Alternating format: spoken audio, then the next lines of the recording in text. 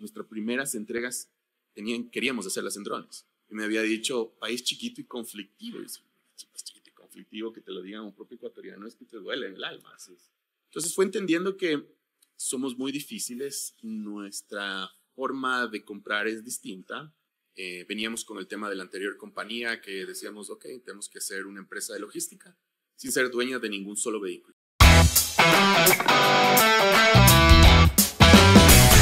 Buenas gente, bienvenidos al podcast de Morphy, uno de los podcasts más escuchados en este país. Les cuento que el día de hoy tuvimos una mejora en el personal, por así decirlo. El día de hoy tenemos un mejor Dani. Un Dani versión 2.0. Exacto, un Dani más talentoso, más pintón, más carismático. Pobre Dani. Por el momento estamos el día de hoy, yo felizmente con Ale Cuedo. ¿Cómo estás, Ale?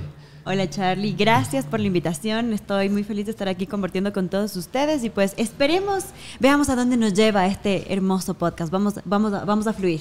Perfecto, me encanta. Y el día de hoy estamos con un invitado que, para comentarles, la anterior semana me llegó una llamada un poco misteriosa de una persona que alzó la vara de lo que se puede hacer en el Ecuador.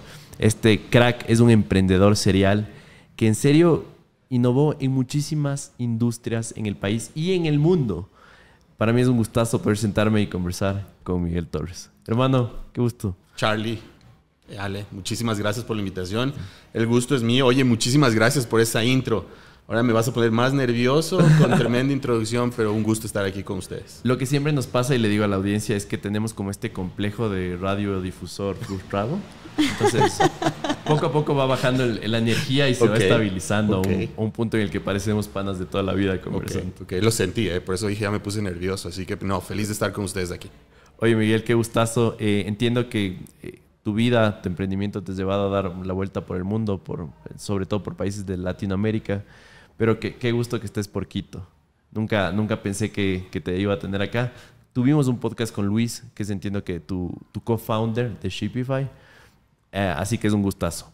Quería empezar este podcast comentándote una conversación que tuve con un amigo ayer, en el cual me dice que TikTok está introduciendo su tienda, su store, para que los diferentes creadores de contenido, emprendedores, puedan vender sus cosas directamente desde TikTok. Pero me di cuenta que, y revisando estadísticas y esto, hay muchas estafas. Porque resulta que ahora es tan fácil como decir que vendes un servicio en $200 o que quieres introducir un producto en 500, pero no hay este tracking, no hay esta validación de que lo que estás dando clic, metiendo tu método de pago, no te está llegando. O sea, TikTok dio un paso hacia atrás porque se dieron cuenta que no es tan fácil como decir, vamos a vender cosas. Obvio. ¿Cómo vamos a hacer que esto llegue? Una cosa son bienes virtuales, otra cosa son los mundos físicos. Una cosa es el mundo de átomos y otra cosa es la realidad. Y estamos en el 2024 y siento que la problemática sigue ahí. Y es mucho de lo que ustedes hicieron a través de Shipify, tratar de solucionar esto, ¿no? Así que no sé si nos puedes contar un poquito cómo es que llegan a idearse probablemente uno de tus emprendimientos más populares, y vamos a ir hacia atrás o adelante, igual viendo por tu vida cuáles han sido tus aciertos y tus fracasos también. Buenísimo, gracias por la pregunta. A ver, el desafío es vigente, ¿no? No hablamos de que algo, un bien físico, todavía hasta que alguien no invente la teletransportación, tiene que ser entregado. Así de simple. Así es. ¿No? Y el desafío es gigante, no solo para TikTok, sino para los gigantes de e-commerce. Todos los Fortune 500 que tú puedes ver de e-commerce, todos tienen el mismo desafío, que es entregar el producto al cliente. Y eso me lleva, mientras me estabas haciendo la pregunta, me lleva a recordar años atrás, cuando empezamos con la compañía anterior que fue a Shipify, y el nacimiento de Shipify, que fue, en realidad lo que teníamos era un marketplace de experiencias que se llamaba Escapes With You. Ese marketplace de experiencias nos permitió llegar al punto de que, claro, los clientes vivían las experiencias, una cata de vinos, querían comprar los vinos, unas cervezas artesanales, querían comprar las cervezas artesanales. Y claro, el problema era enviarlas. Entonces decías, ok, chévere, imagínate un emprendedor, el trabajo que tuvo que hacer para que alguien vaya primero a comprar esa experiencia. Después de eso pone su tarjeta de crédito y quiere que le llegue la experiencia, pero claro, lo que sucedía, el servicio de correos en esa época en Chile estaba en huelga. ¿Cómo le explicas a alguien que puso una tarjeta de crédito que tu producto te va a llegar probablemente en 15 días, dices que te llega. Claro. Wow. ¿Y cómo le explicas al emprendedor que consiguió a alguien que ponga esa tarjeta de crédito para comprar esas cervezas? ¿Y cómo calificas esta experiencia? Y dos, Exacto. cuando te llega, que acabas de topar la parte más importante del e-commerce, que para mi criterio es donde empieza la experiencia, es cuando te llega. Cuando te llega un producto es cuando empieza el journey de compra, esa obsesión con la experiencia del cliente que habla Jeff Bezos, que habla Amazon, es ahí donde nace, porque ¿para qué voy a comprar a otro lugar? Si ya me llegó al tiempo que me llegó, al mejor Claro. precio que encontré en el mercado. Entonces regreso a la pregunta de TikTok, ¿qué desafío? Porque yo puedo vender unas camisetas, ¿no? Miguel, ¿me llegará? ¿Me pusiste la tarjeta de crédito? Entonces me parece interesante. Y ahí nace la filosofía de Shipify, de resolver uno de los problemas más importantes del comercio electrónico, que es la entrega. Entonces el mercado fue evolucionando, querer hacer entrega el mismo día en Latinoamérica, olvídate, todo el mundo nos dijo que estamos locos. Y ahí nació en el momento que decimos, ok, capaz estamos en el camino correcto de tratar de hacer algo. Y de ahí viene la otra capa, que es la primera es estamos locos, la segunda es la parte tecnológica. Hacer una solución para Latinoamérica. Latinoamérica y Estados Unidos somos muy distintos, ¿no? En Estados Unidos quizás te pueden dejar el paquetito en tu casa y no pasa nada, ¿no? En Latinoamérica, el paquetito en tu casa. Calles sin nombres, barrios diferentes, procesos de geocoding o geolocalización inexistentes. Ya te puedes imaginar todo el journey de experiencia en eso para poner una tecnología para que te lleguen las cosas el mismo día. Claro, es tenaz. Y tocaste una de las empresas que es líder en esto también, ¿no? Amazon. Yo desde hace años compro en Amazon por esa confiabilidad. Sé el día exacto, puedo traquearlo y es algo que lo hacen tan bien que la gente, incluso yo ahora veo que hay mucha competencia de muchos e-commerce que a veces puedes conseguir mejor precio en algunas cosas, pero la gente prefiere pagar un poco más por tener esta excelente experiencia, ¿no? Es una locura. Ahora, ¿por qué no hay empresas como Amazon aquí en Ecuador? En Ecuador, que esa es otra muy buena pregunta. Y para esa pregunta me voy a remontar quizás a 15, 20 años atrás, Charlie. Ok. Me lo preguntaba yo también. ¿Por qué no puede existir? Existen servicios de e-commerce decentes. Sí, pero ¿por qué no existe un tipo Amazon en el que pueda comprar este rato? Y me acuerdo haber conocido a un emprendedor sueco extraordinario, Oscar Henderson, y me había dicho, país chiquito y conflictivo. Yo sé, mira, país chiquito y conflictivo, que te lo digan un propio ecuatoriano es que te duele en el alma. Así es. Entonces fue entendiendo que somos muy difíciles, nuestra forma de comprar es distinta, empiezas a ver tendencias en Latinoamérica y todavía el ecuatoriano quiere ver el producto. Desconfía, el ecuatoriano desconfía. Exactamente, Ale. Topaste el punto. Yo quiero ver el producto y quiero ver si funciona. Entonces viene un poco también con nuestra idiosincrasia, ¿no? Sí, por ahí va. Y ahí viene el desafío de un mercado pequeño, pero como a veces dice el otro dicho, ¿no? Casa de herrero, cuchillo de palo. Emprendedores ecuatorianos redefiniendo la logística en América Latina y entrar al Ecuador, pues nos dimos cuenta que entramos al Ecuador, pero el mercado todavía sigue siendo pequeño. Sigue siendo pequeño versus ¿qué? Cuando tú lo comparas con Brasil, cuando lo comparas con México, cuando lo comparas con Chile, la capacidad de recompra del consumidor, qué es lo que el consumidor compra, cuántos eventos, cuántos Black Friday, cuántos Cyber. Entonces empiezas a entender de que hay un desafío todavía de adaptación del mercado. A ver, de hecho entiendo que la hipótesis de e-commerce que hubieron aquí en Ecuador, como ya está, era hacer cosas como compra contra entrega. Así de comprometido estaban los e-commerce para tratar de demostrar que puedes confiar en el e-commerce en el país. Pero igual fracasó. O sea, mutaron a otros negocios. Ahora entiendo que hay grandes líderes acá. Ahí está pugna entre Pedidos Ya, Rappi, que de alguna u otra forma ya han cambiado esta idiosincrasia un poquito, ¿no? De que ya puedes confiar. Pero también hay un fenómeno muy extraño. Entiendo que debido a la crisis económica que está actualmente el planeta, estas diferencias entre las diferentes clases sociales, la gente tiende a hacer compras en línea con mucho riesgo. Te voy a dar un ejemplo. Yo tengo parientes, amigos que compran por Wish, Alibaba, y es como, prefieren ahora más bien abaratarse lo más posible con la posibilidad de que tal vez ni siquiera les llegue el producto, pero lo hacen. Entonces es como que el mercado todo el tiempo está cambiando y es un reto constante, ¿no? Entonces, cuéntame un poquito, basándome en esta como primicia, ¿cómo le ves ahorita el estado de la logística de última milla, que es, entiendo, lo que se dedica a Shipify, ¿no? Y muchas otras cosas? A ver, en la región, y sin lugar a dudas, las personas no van a dejar nunca de comprar. Ese es un hecho, ¿no? Afortunadamente o lastimosamente, depende de tu perspectiva como consumidor. ¿Qué tan responsable tú como consumidor eres con el medio ambiente, con el diferente tipo de productos que tú compres, con cómo tú te alimentes? O sea, mercado para todos hay. Lo que es importante es que es un mercado en expansión, sin lugar a dudas. Y lo que detallas es, si no, regresemos a ver las inversiones en marketing en el Super Bowl y los anuncios más importantes. Son empresas asiáticas que tienen su presencia en el Super Bowl, estableciéndose en el mercado americano en un modelo cross-docking, que es decir, tú compras afuera y te llega, pero con inversiones locales en centros de distribución para que estar más cerca del cliente, ¿no? Okay. La última milla ya no significa solo llegar a tu casa, sino que el centro de distribución o el cross-docking o el facility esté cada día más cerca de tu casa. Es decir, que yo como cliente abro mi app y digo, quiero, no sé, unas cervezas frías. Entonces Ambev está pensando en que esas cervezas te lleguen en menos de 30 minutos o durante o antes de que haga tu equipo favorito un gol mientras estás viendo ese partido. Entonces cambian las tendencias de consumo. ¿Qué sucede en el Ecuador? Lastimosamente, hasta el servicio postal está quebrado. La oficina de servicio postal no sucede. Pero sucede que las personas dicen, no me interesa si hay o no hay servicio postal. A mí como consumidor me interesa obtener el producto que yo quiero al menor precio. Chévere, hay miles de soluciones. O quizás yo como consumidor digo, capaz, es que medio dudoso esa tienda, ¿no? Y lo compro en otro marketplace que tiene cientos de miles de reviews y cientos de miles de personas. Entonces, psicológicamente, ya el momento en el que vi, oye, no sé, 145,000 personas ya compraron este producto, digo, no, ¿me cachas? Entonces, ahí viene la evolución del e-commerce. Y eso no es nada, o sea, porque estamos hablando de la evolución de un mercado que está quizás durante la pandemia, todo el mundo dijo, ok, ¿qué hay que hacer en la pandemia? Pues todo lo que antes era transporte se transformó en delivery, ¿no?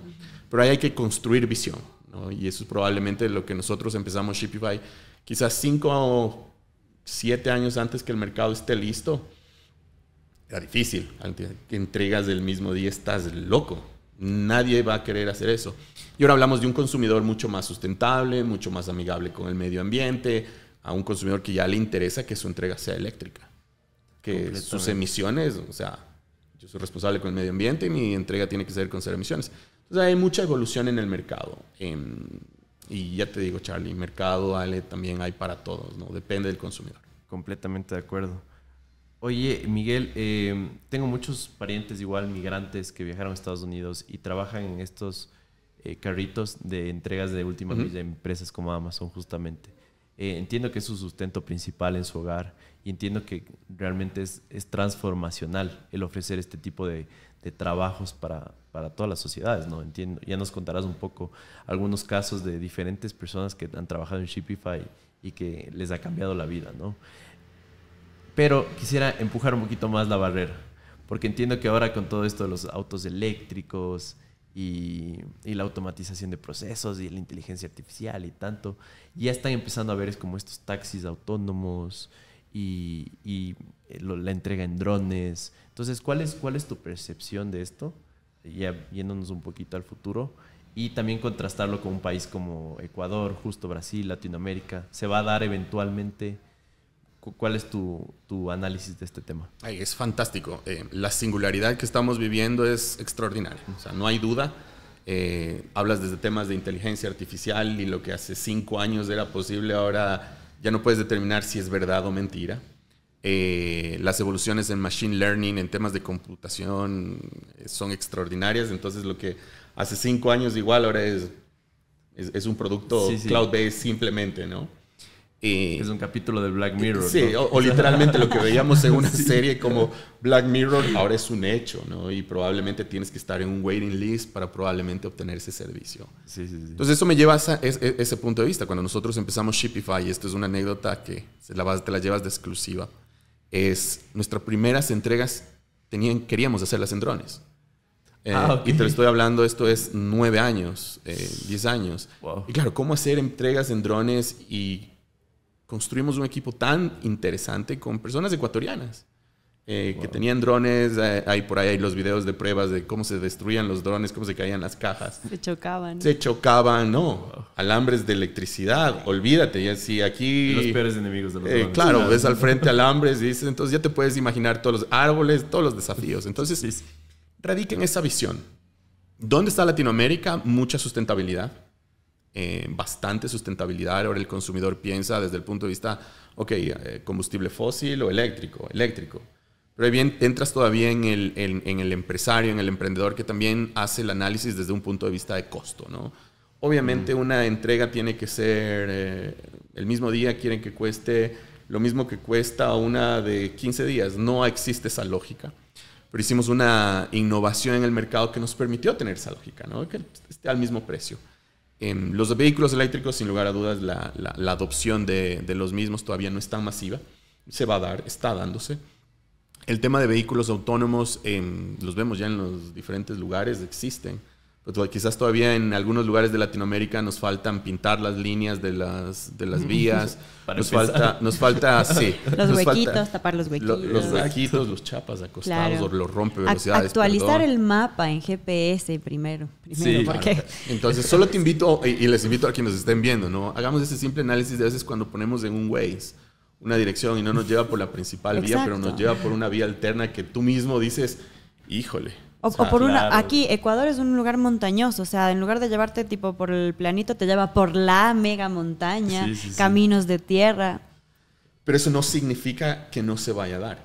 Significa que en algún momento Claro, el reto es mayor nada más. El reto es mayor.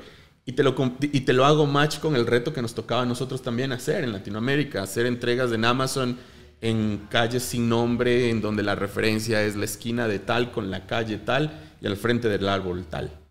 Pues nosotros no podíamos regresar al cliente y decirle, oye, la dirección está mal geocodificada, porque a mí me calificas por un nivel de servicio, ¿no? Por entrega exitosa.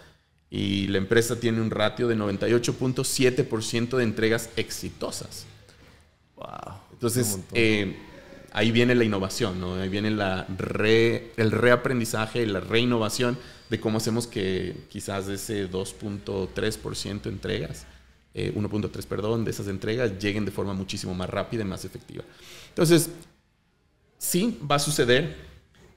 Alguien lo va a adaptar a nuestra realidad. Siempre va a existir ese espacio y ahí es una invitación a ese emprendedor que nos está viendo, que él va a ser el que va a redefinir con esa tecnología, con esa API, para que probablemente esas entregas sean mucho más exitosas, pero no necesariamente todas las empresas, ¿no? Entonces, es decir, compartir la torta, un montón de problemas alrededor de ese problema, que alguien más las va a poder redefinir, rediseñar, decir, oye, ¿sabes qué? Esto se puede hacer de esta forma. Oye, algo que me encanta de los founders de startups, de emprendimientos, es que son como resuelven problemas todos los días. Son expertos en esto, ¿no? Básicamente es como un arte, ¿no? Su nivel de estrés es altísimo, pero al final del día aportan de forma propositiva a la sociedad. Quisiera que nos demos algunos pasos hacia atrás y que nos cuentes cómo es que te involucras en el emprendimiento. ¿Cómo sale este emprendedor de ti? ¿Con qué proyectos empiezas en tu vida? Y tal vez, si nos puedes decir, ahora que eres una persona mucho más sabia, más madura, tal vez, ¿por qué eres emprendedor? Supongo que algo que te pasó de pequeño, no sé, la forma que te criaron tus padres. Si nos puedes contar algo de esto. Es una chévere reflexión, Charlie y Ale. Yo tengo en mi familia, yo soy el tercer hijo, tengo 2 hermanos mayores, ambos son unos cracks en diferentes áreas. Y siempre el ejemplo que tuve fue de mi papá y mi mamá trabajando juntos. Desde muy jóvenes, ellos se casaron jóvenes, tienen más de 55 años de casados, o sea, eso es extraordinario. En nowadays, al día de hoy, eso es extraordinario. Claro que sí. Y tomaron la decisión de ir a mi papá de forma loca, se gana un pasaje de avión en un concurso de una aerolínea ecuatoriana y le dice a mi mamá, nos vamos a Estados Unidos, nos vamos a Miami. Y te lo cuento porque hace pocos días en un almuerzo familiar compartíamos esto. Mamá, vamos. Terminan en Nueva York. Y lo que era un viaje de una semana termina siendo un viaje de 6 años. Extraordinario. Y de ahí ellos forjan su propia startup o su propia empresa en una industria tradicional en el Ecuador textil, en la que se dedican a trabajar más de 40 años con todos los desafíos que es emprender en el Ecuador. Desde temas de tener una propia moneda, no tener una moneda, a crisis económicas, a todo. Entonces, claro, uno con las palabras tuyas, que creo que yo todavía me falta mucho por aprender, en ese poco aprendizaje que he tenido en este camino, es decir, wow, eso es un PhD, ¿no? Una maestría en desafíos, en resolución de problemas. Entonces, yo crecí con ese ejemplo alrededor de mis hermanos también. Y claro, mi papá siempre que había cosas que hacer me decía, ¿quieres hacerlo? ¿Quieres trabajar? Claro. Y tenía un intercambio de valor. Lo que yo hacía, recibía un dinero. Y para la edad en la que tenía unos 10, 12 años, me podía comprar mis propias cosas. Entonces dije como que, oye, qué chévere, esto es bacán. Entonces me iba a salir con mis amigos al cine, me pagaba mi propio cine. Pero eso era consecuencia de mi trabajo. Entonces, te cuento esto porque eso es lo que me forja a mí como emprendedor, y algunas anécdotas después que empiezo a conectar en esos procesos de la vida, empiezo a entender que es gracias al aprendizaje y mis padres. Y ahí descubro que soy emprendedor. Descubro en que la fábrica de sacos tenían suéteres y podía cambiar con algo que yo quería. Entonces intercambiaba ese tipo de cosas. Después quería comer algo que en el colegio, que era no lo que me mandaban. Entonces intercambiaba mi lunch y obtenía algo que me tenía un mayor rédito, ¿no?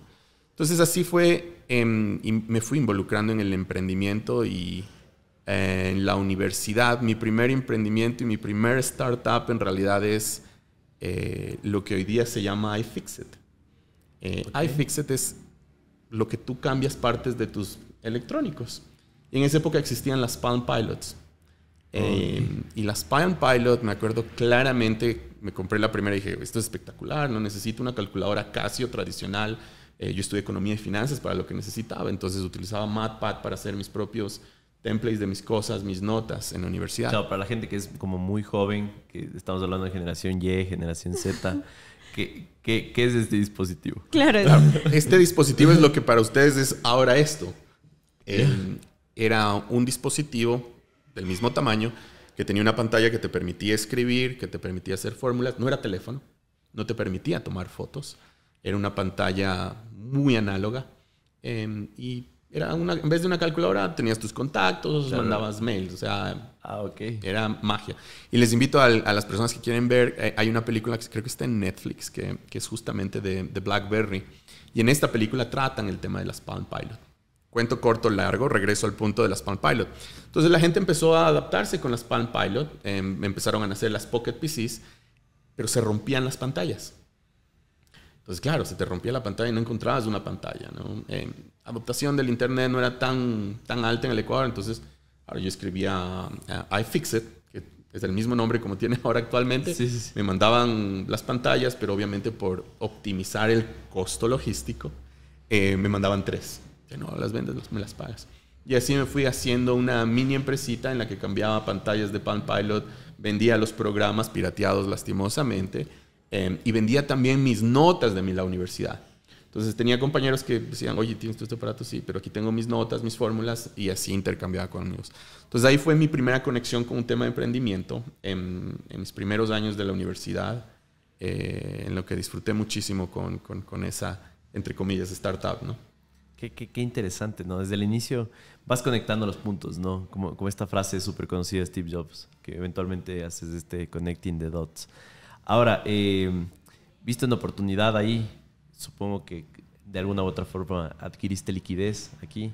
¿Cuál fue el siguiente paso en esta línea del tiempo en tu vida? De ahí, en esta línea del tiempo, en mi universidad estoy próximo, yo estoy en la Universidad San Francisco de Quito.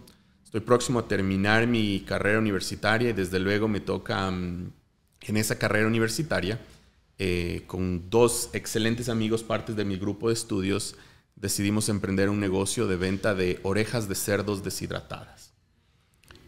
Hasta el día de hoy cuando le cuento a alguien dice, orejas de cerdo deshidratadas, ¿qué es eso, Miguel? ¿Qué se hacen con eso?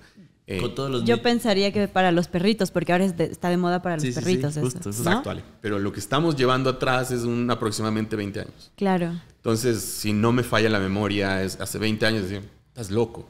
Entonces empezamos a conversar con alguna gente en los Estados Unidos, el primo de uno de mis socios. Y claro, lo que hacíamos era comprar las orejas de cerdo deshidratadas, tratar de las orejas de cerdo en estado natural, deshidratarlas, y ahí había un margen de utilidad que comprábamos en euros, vendíamos en dólares. El euro en esa época era mucho más bajo que el dólar. Empezamos a ver cómo se unían las dos monedas y llegó lo que era no sé, Armageddon por poco, ¿no? El euro empezó a ser más alto que el dólar, se fue ese negocio. Pero ese negocio me permitió determinar que a buscar el problema había una solución, un mercado. Entonces nos fuimos a Argentina, gran producción vacuna, Chile también, y a buscar en las principales empresas como Cencosur, que es una de las más grandes, uno de los faenadores más grandes de animales. Sí, yo te compro las orejas de cetado con menos de 22 años, 21 años. Ya te puedes imaginar. Y encima que allá, tipo, esas cosas son súper exóticas. Como, what the fuck, ¿qué vas a hacer con eso? Sí, sí, sí. Y ahí viene la innovación. Entonces Claro. empezamos a hacer algunos prototipos. Y claro, cosas funcionaban, otras no, que eso es parte de la historia. Pero empezamos a innovar y decíamos, hacer trenzas. ¿Qué trenzas? Alguien nos dice, se pueden hacer trenzas de morros vacunos. ¿Qué es eso? Entonces empezamos a hacer trenzas de los productos. Era extraordinario, ¿no? Mi perro adoraba en esa época el trabajo, era el que probaba todo. Pero igual, como los negocios tienen ciclos, el ciclo de esa empresa quedó ahí y no prosperó. Pero me lleva un aprendizaje extraordinario. No lo llamo un fracaso, porque los fracasos son las cosas que no aprendes, ¿no? Sino de cerrar un ciclo y aprender muchísimas cosas en ese emprendimiento. Oye, yo creo que tú te dejas llevar mucho como por tus ideas, pero tus ideas son un poquito medias locas, digo, Sí. ¿En algún momento te catalogaron o alguien importante de tu vida te catalogó de loco? Probablemente sí, pero creo que desarrollé una habilidad para que cuando alguien me diga que estoy loco, es que estoy en lo correcto. Porque si no, la innovación no existiría. Hoy lo llevo ya con más conocimiento, de decir, ok, en la locura está lo que algunas personas pueden llamar el momento eureka, ¿no? En lo que probablemente al frente mío esté un problema, pero por mi entorno, por mi ceguera, por mi contexto, por mis emociones, por quizás dejarme llevar por lo que los otros digan, la puedo obviar. Entonces me tiene en un estado mental de awareness, no sé cuál puede ser la traducción, sino que ver las cosas desde otra perspectiva y cuestionármelas. Y cada vez desaprender y aprender. Es decir, quizás el día de hoy veo un micrófono y diga, ¿por qué puede ser el mejor micrófono? Y cuestionarme. Entonces, en ese cuestionamiento pueden estar las respuestas que muchas veces al frente de nuestros ojos todos los días pueden estar grandes emprendimientos, Ale. Bien. Oh, qué interesante. Sí, porque creo que una gran parte del perfil de un emprendedor es esta obstinación, ¿no? Por demostrarle al mundo que uno tiene la razón también. Obsesión, Charlie. Sí, es obsesión, Es completamente. una obsesión con el problema. Yo creo que hace unos días dije a alguien, es ser obsesivo, compulsivo y un poco tóxico con el problema. Porque si no lo ves desde esa óptica, ¿cómo más yo, que tengo que vender la solución al problema, puedo convencer al del resto del mundo? Completamente. Y una vez que empiezas a dar los pasos hacia esta locura, siento que empiezan a pasar cositas que eventualmente, si es que tiene su valor en nuestra sociedad, la gente, como te digo, lo termina validando y suceden cosas fantásticas, ¿no? Algo muy curioso que me parece es que estás como muy adelantado al mercado. Porque ahora el mercado de comida para mascotas está súper desarrollado. Claro. Y creo que estas cosas de orejas de cerdo es como que todos lo compramos y lo venden en todo lado y hay un montón de empresas que lo están haciendo, pero tú hablaste de hacerlo hace 20 años, ¿no? Más de 20 años. Entonces, Loco. qué buena observación. Pero también se cataloga con curiosidad. ¿Ok? Sí, sí, sí. Usemos el tema de alimentos de mascotas, que es una industria espectacular. Es una industria fascinante. Acuérdate cómo mis padres, mis abuelos, ¿cuál era la comida que le daban al perrito? La colada. Así es, la coladita le daban al perrito, ¿no? Luego le evolucionó a las croquetas, a una dieta Barks, diferente tipo de cosas. Entonces, son necesidades que siempre están ahí. El tema es cómo las queremos ver. Y ahí radica en ver la oportunidad de un negocio, ¿no? Es decir, ok, el día de hoy, pues hacer una dieta Barks, una fantástica industria que es extraordinaria, que es el alimento favorito de las mascotas y te pagan, pero reprimium. Juguetes de mascotas. Antes, ¿quién hubiera pensado? Le voy a disfrazar a mi perrito. No disfrazar. Y lo digo a propósito, disfrazar para hacer... Una fiesta de disfraces. Exacto. El cumpleaños, por favor. Exacto. Navidad. ¿cuándo habíamos visto un gato vestido de Santa? Bueno, pero hay algún emprendedor que entendió que ese disfraz de Santa probablemente nadie le está preguntando al gato si el gato tiene que comprar. Si quiere pero el vestirse cliente es de el que Santa. tiene una emoción y es el que lo compra. Entonces, es una forma de pensar un poco, no la llamaría distinta, sino que darle unas pocas neuronas más a la observación y al cuestionamiento. Claro, y como dices, estoy mercado para todos, porque algo que a mí me obsesiona con mi mascota a un nivel muy personal es su longevidad. Entonces trato de su alimento, sus hábitos estén alineados con esto. Y algo chévere que incorpora la longevidad es la calidad de vida. O sea, al final del día, para vivir más, tienes que vivir bien a corto plazo. Entonces, y hay para todos los gustos, ¿no? O sea, que cada persona se preocupa por algo distinto. Puedes comprarle un test genético para tu mascota y puedes hacerle y puedes saber cuáles son las probabilidades de alguna enfermedad que pueda tener. Y lo que puedes hacer es prevenirlo, ¿no? Con tu mascota. Ya lo podemos hacer con los seres humanos. Entonces, radica en cómo quieras ver la vida y tu interés por las diferentes industrias. Wow, qué cool. Buenísimo. Entonces, ¿y no trajiste un poco de orejitas? Nada. Desde el 2000, ya ni me acuerdo desde qué año es que empecé. Esa empresa se llamaba IQ Trading. Es interesantísima la historia. El papá de un amigo era abogado, tumbamos la oficina del papá de abogado, cambiamos la oficina, era en La Colón y Amazonas. Pero una historia muy importante que marca muchos hitos y el inicio, creo, de algunas cosas como emprendedor. Perfecto. Cumple su ciclo este emprendimiento. ¿Cuál fue el siguiente paso? ¿Qué cogiste de acá para aprender y emprender en lo siguiente? Entonces, mi tiempo estaba enfocado en eso. Tenía que graduarme. Siempre fui muy curioso en muchos temas. Y posterior a eso tenía en la universidad una clase de emprendimiento con un extraordinario maestro, Patricio. Y me acuerdo que tenía que presentar una startup o alguna cosa, un emprendimiento. Pero simultáneamente tenía que hacer mi pasantía empresarial. Entonces me acuerdo haber ido a la feria de pasantías empresariales, todas las empresas tradicionales, y no me convenció ninguna a mí, dónde quería ir. Me dije, chuti, ¿qué voy a hacer después de esto? Ya venía con el background de lo que había empezado. Entonces quería buscar una empresa que sea algo desafiante, que no todo el mundo aplicaba. Y voy a la oficina de pasantías de mi universidad y me siento en la oficina y le digo, no encontré la empresa que quiero.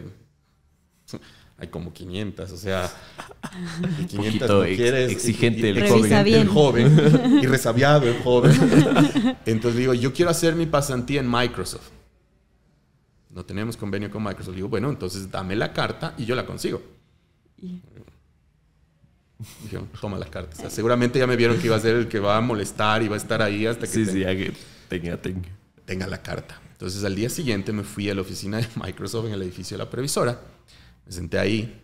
Dije a la secretaria que quería venir a conversar con la persona para hacer mi pasantía. No hay pasantías. Y me quedé ahí hasta que salga la persona. Entonces, llegó el momento incómodo en el que ya molestaba. Seguramente estaba en la silla, me levantaba, decía, pasaba gente y decía, alguien atiéndale, ¿no? O sea, ¿quién es este muchacho aquí? ¿Quién es? ¿Quién es? ¿Qué hace? ¿Qué quiere? Entonces, cuento corto, largo, sale la persona y dice, bueno, ya sabes que ven mañana. Mañana empieza tu pasantía. Chévere. Mandé un mail diciendo, ya tengo mi pasantía de Microsoft. Ok. Y empiezo mi pasantía. Una chévere experiencia en mi pasantía era la pasantía, no me acuerdo, creo que eran de como 2 meses. Termino mi pasantía como en 4 meses. Y aprendo algo ahí. Ayudaba en todas las áreas, ¿no? En la parte de ventas, en la parte de todo un poco. Y dentro de las actividades que eran parte de la oficina, tenía una oficina espectacular, setup dual view, todo chévere, café, comida, todo. O sea, decía. Y un día cojo mi reloj y digo, ¿cuántas horas en realidad trabajo? Así, súper consciente conmigo mismo. Y ponía el cronómetro y medía, ¿no? 2, 3 horas. De las 8. Y pasaba 8 ahí. Wow. ¿Qué hacía las otras horas? Jugaba Age of Empires con el resto del equipo, hacía muchas cosas, ¿no? Entonces, hora de almuerzo, salía a comer con ellos y un momento, me encanta la comida ecuatoriana. Amo mi cultura, me encanta la comida ecuatoriana. ¿Cuáles son los...? Dale tú, dale. Los dos lo mismo. ¿Cuál es tu plato favorito? Exacto. Mi plato favorito tiene en mi corazón 2 cosas, el locro de papa y un seco de chivo. Ay, qué rico. Ay, qué rico. O sea, cuando viajas, seguramente apenas llegas. Aprendí a hacerlo. Entonces, qué buena es tu pregunta, Charlie. Es muy buena porque llega a conectar con lo que les quiero contar. Entonces, me voy a un patio de comidas, digo, y el patio de comidas. Digo, qué ganas de un seco. Qué ganas de un locro. Y nada. No había. Entonces me voy a otro patio de comidas. Tampoco había. Como que no hay. Entonces, de nuevo regresamos a este comportamiento del emprendedor, ¿no? Obsesivo y compulsivo con ciertas ideas y las soluciones. Entonces regreso y digo, voy a empezar la primera franquicia de comida típica ecuatoriana. En mi casa, ¿qué sabes de gastronomía? Pues no, poco. ¿Qué recetas usar? Mi abuelita hacía el mejor seco. El locro, el que hace mi mamá. Entonces, siempre en ese tipo de respuesta ping-pong, ¿no? Que, sí. Porque podría haber conseguido, y alguna vez escribí un artículo, dame 300 razones para no tomarme una cerveza. Entonces lo conecto con este tipo de cosas. O sea, lo podría decir, no, es que no sé, podría haber puesto demasiadas excusas. Inicio la primera franquicia de comida típica ecuatoriana que se llamaba Los Secos Comida Típica Ecuatoriana, con un concepto de franquicia. No había la película de McDonald's todavía en esta época. Completamente con eso y digo, vamos. Y empiezo la primera franquicia de comida típica ecuatoriana, que se conecta también después con temas de helados, y creo una franquicia que se llamaba Milato, que eran gelatos artesanales italianos. Quería importar helado de Italia, de Argentina, se volvió un despelote, locura, entonces uno también tiene que aprender lo que no se puede hacer, no se puede hacer. Así es. Y empecé a hacer helado. Entonces, increíble experiencia también en la industria de alimentos, una locura. Y tengo la fortuna de esa empresa venderla, y ahí me dijeron, ¿qué vendí? O sea, vendí la empresa, el concepto, pero tú lo veías, era un concepto que decía, o sea, era un McDonald's style, en donde comprabas un seco de pollo, un seco de chivo, un locro de papa, un caldo de patas, unas empanaditas de morocho, un mote con chicharrón, en temporada de fanesca una rica fanesca. Qué rico. Entonces, ahorita que estamos haciendo ayuno, estoy salivando un poco. Y ahí se conecta con esa experiencia de ese restaurante. Y ahí hay otro concepto que después lo aprendo en emprendimiento que se llaman los 3 Fs, Friends, Fools and Family, que son amigos, familiares y otros, ¿no? Y claro, ahí en esa empresa creen fielmente mis padres, me ponen un dinero, me prestan un dinero. Justo eso te iba a preguntar, ¿cómo financiaste estos proyectos? Y eso es otra cosa, porque siempre el desafío del emprendedor se vuelve el dinero, ¿no? Y creo que es como la misma pregunta que te dije hace rato, dame una razón más para no tomarnos quizás una cerveza, ¿no? Entonces el dinero se lo consigue, préstamos. Había metido el proyecto en una incubación en la Universidad de San Francisco. El canciller Santiago, que en paz descanse, en esa época me ha dicho, oye, está interesante, veamos qué se puede hacer. Entonces ahí fue el momento en el que dije, no, lo puedo hacer solo, lo quiero hacer solo. Y eso me llevó a generar ese emprendimiento, y después de que lo vendo, lo conecto con otra importante experiencia en mi vida, que es que me gano una beca en la Universidad de Georgetown en un concurso público. O sea, se genera un concurso público, nunca me voy a olvidar. Apliqué, llegué al lugar donde tenías que dar las pruebas.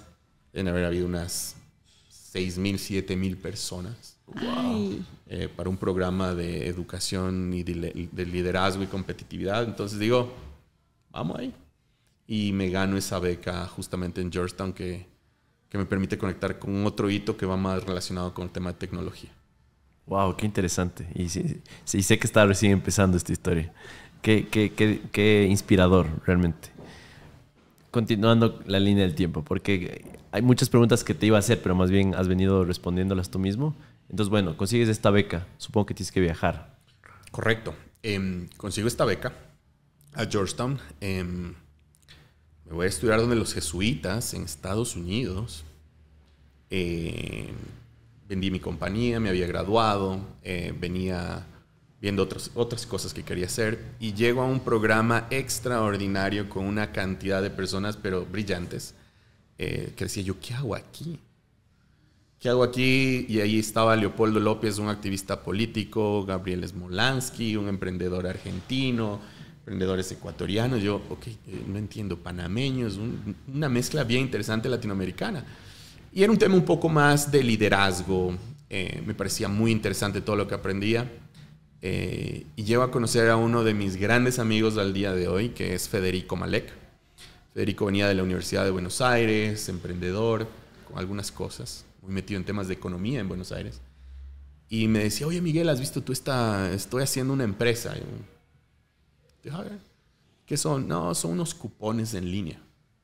¿Y qué son los cupones? O sea, Sí, ¿qué es esto? así, el mismo concepto de los cupones. Sí, no, pero aquí dice un número específico de personas tienen que comprar este cupón y te dan un descuento, pero único. Yo, ¿ves? Qué buena, ¿no? Groupon.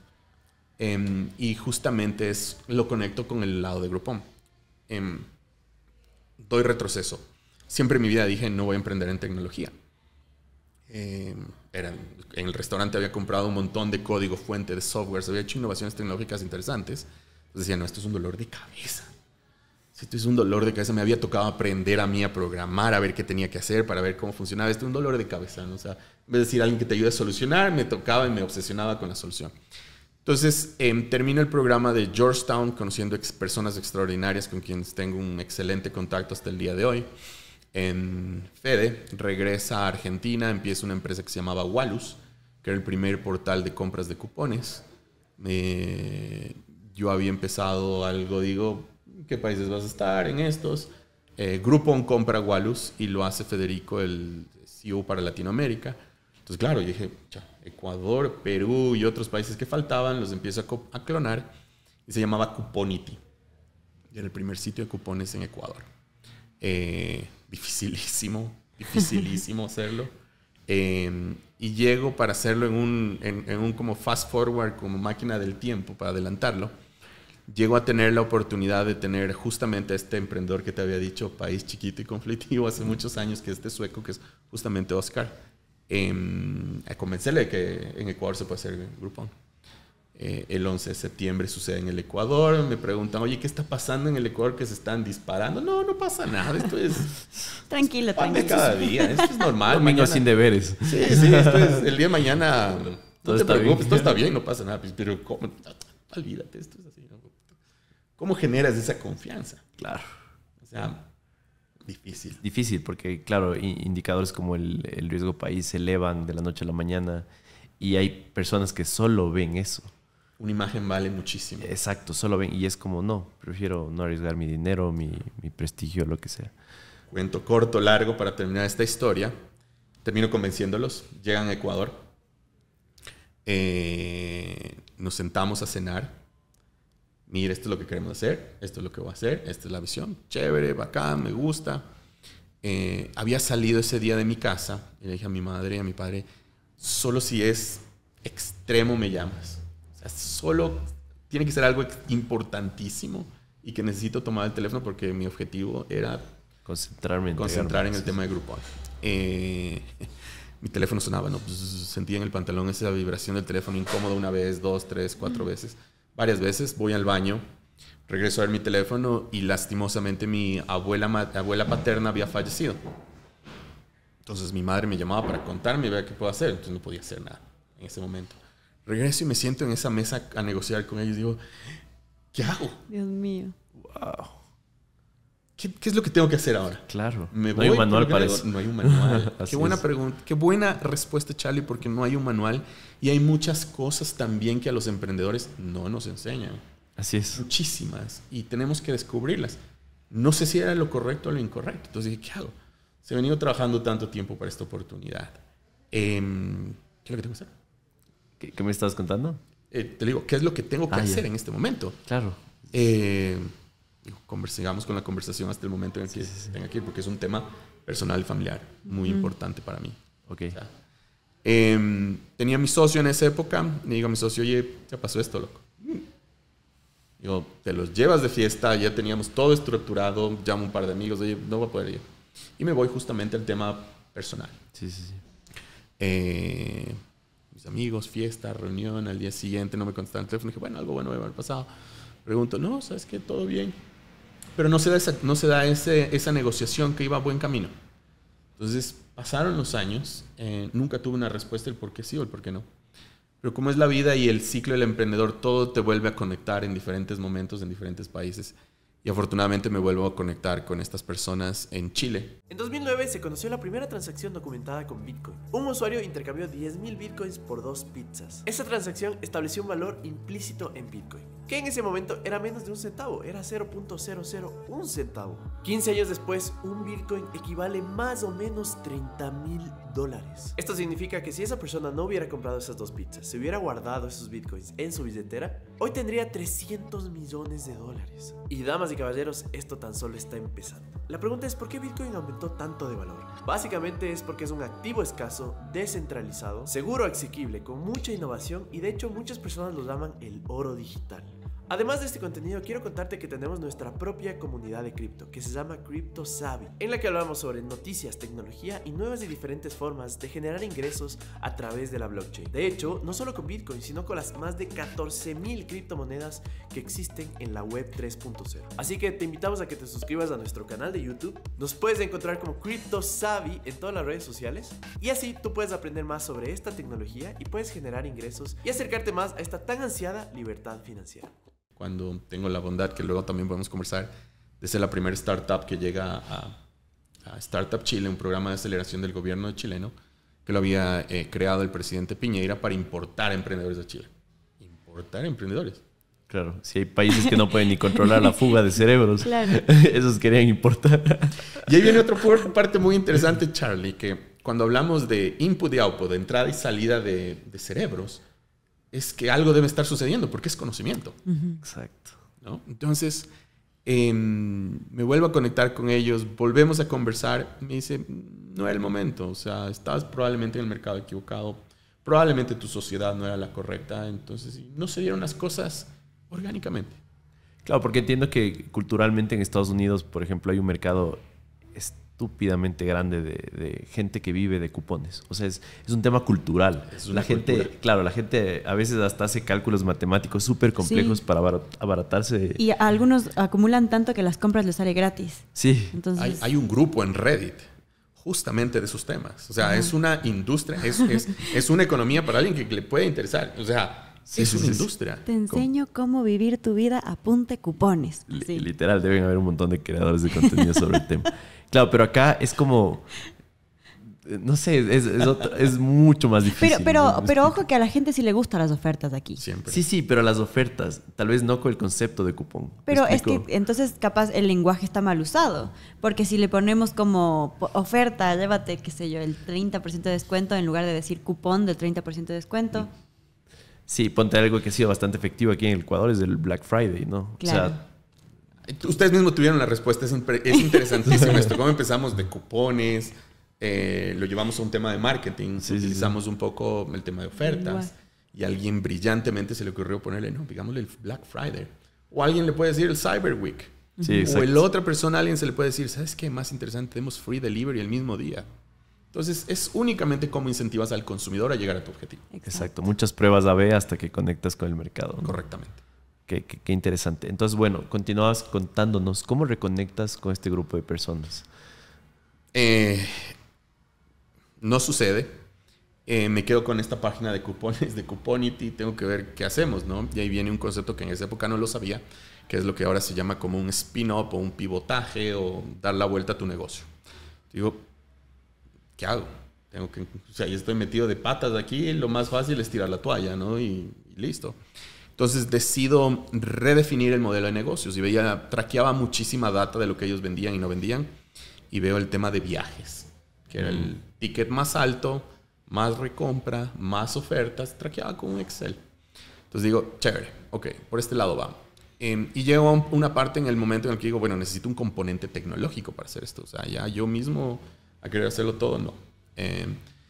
Digo, ¿cómo puedo conseguir alguien que me permita ayudar esto? Y hago, es una locura, hago una lista de los 10 hackers más relevantes del Ecuador. ¿Okay?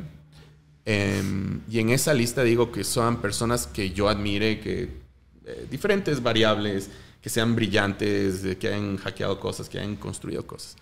Llegué a una lista, empecé con 20 si no me equivoco, llegué a una lista de 10, de los 10 llegué únicamente a contactarme probablemente con 6, 7.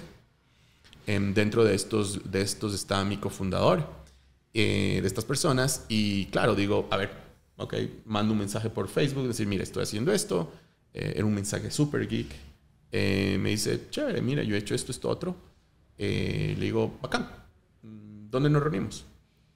Me dice, Guayaquil. Perfecto. 2 días compro un ticket de avión, me voy a Guayaquil. Y le digo, ¿y dónde nos reunimos en Guayaquil? Me dice, en el Hooters. Ok. Nos reunimos en el Hooters de Guayaquil a tomar unas cervecitas, me presenta a sus socios y de ahí empieza lo que construíamos en esa época, que era Escapes With You, que era una plataforma de viajes que después evolucionó a una de experiencias vivenciales que tenía muchísima tecnología súper interesante. Y así nace Escapes With You. Durante ese proceso, claro, cuando conversábamos con ellos, digo, a ver, cuéntame qué has hecho. Había visto tecnología espectacular, innovaciones vacancísimas. Y cómo estas innovaciones son transmitidas al público, ¿no? Y ahí había una debilidad en cómo esos problemas estaban siendo comunicados, cómo transformamos en cuál es la solución. Entonces, una de mis labores y una de mis habilidades es esa, es de transformar problemas en soluciones y que digas, obvio. Sí, obvio que siempre estuvo ahí. Entonces, ahí viene una de mis habilidades. Entonces, trabajamos muchísimo en eso, en esa construcción, y formamos un equipo súper interesante.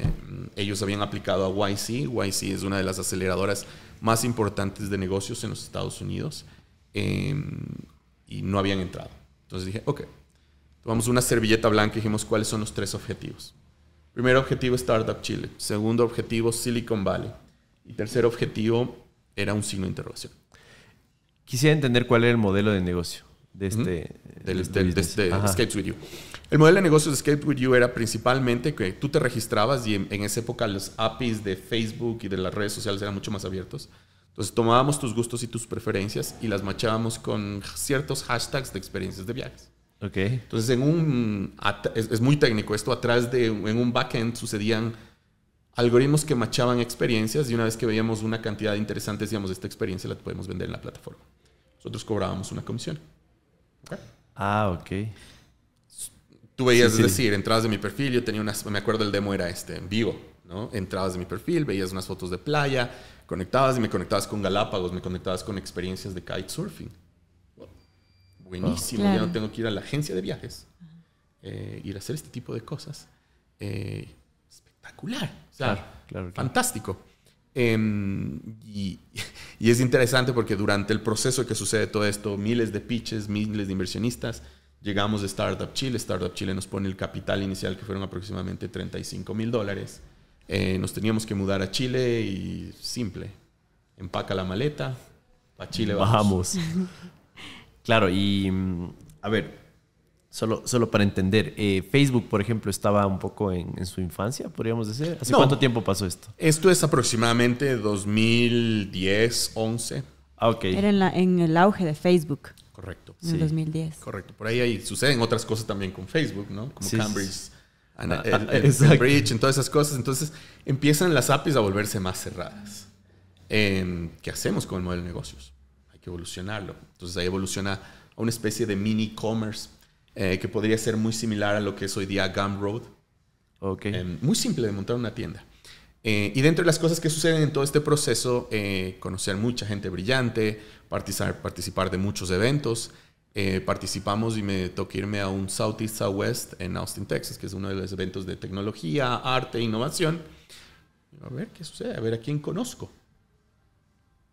Hoy conozco y estoy en un meetup de Airbnb. Al lado de una persona, le digo, ¿qué haces tú? Digo, no, mira, yo hago un marketplace de experiencias vivenciales.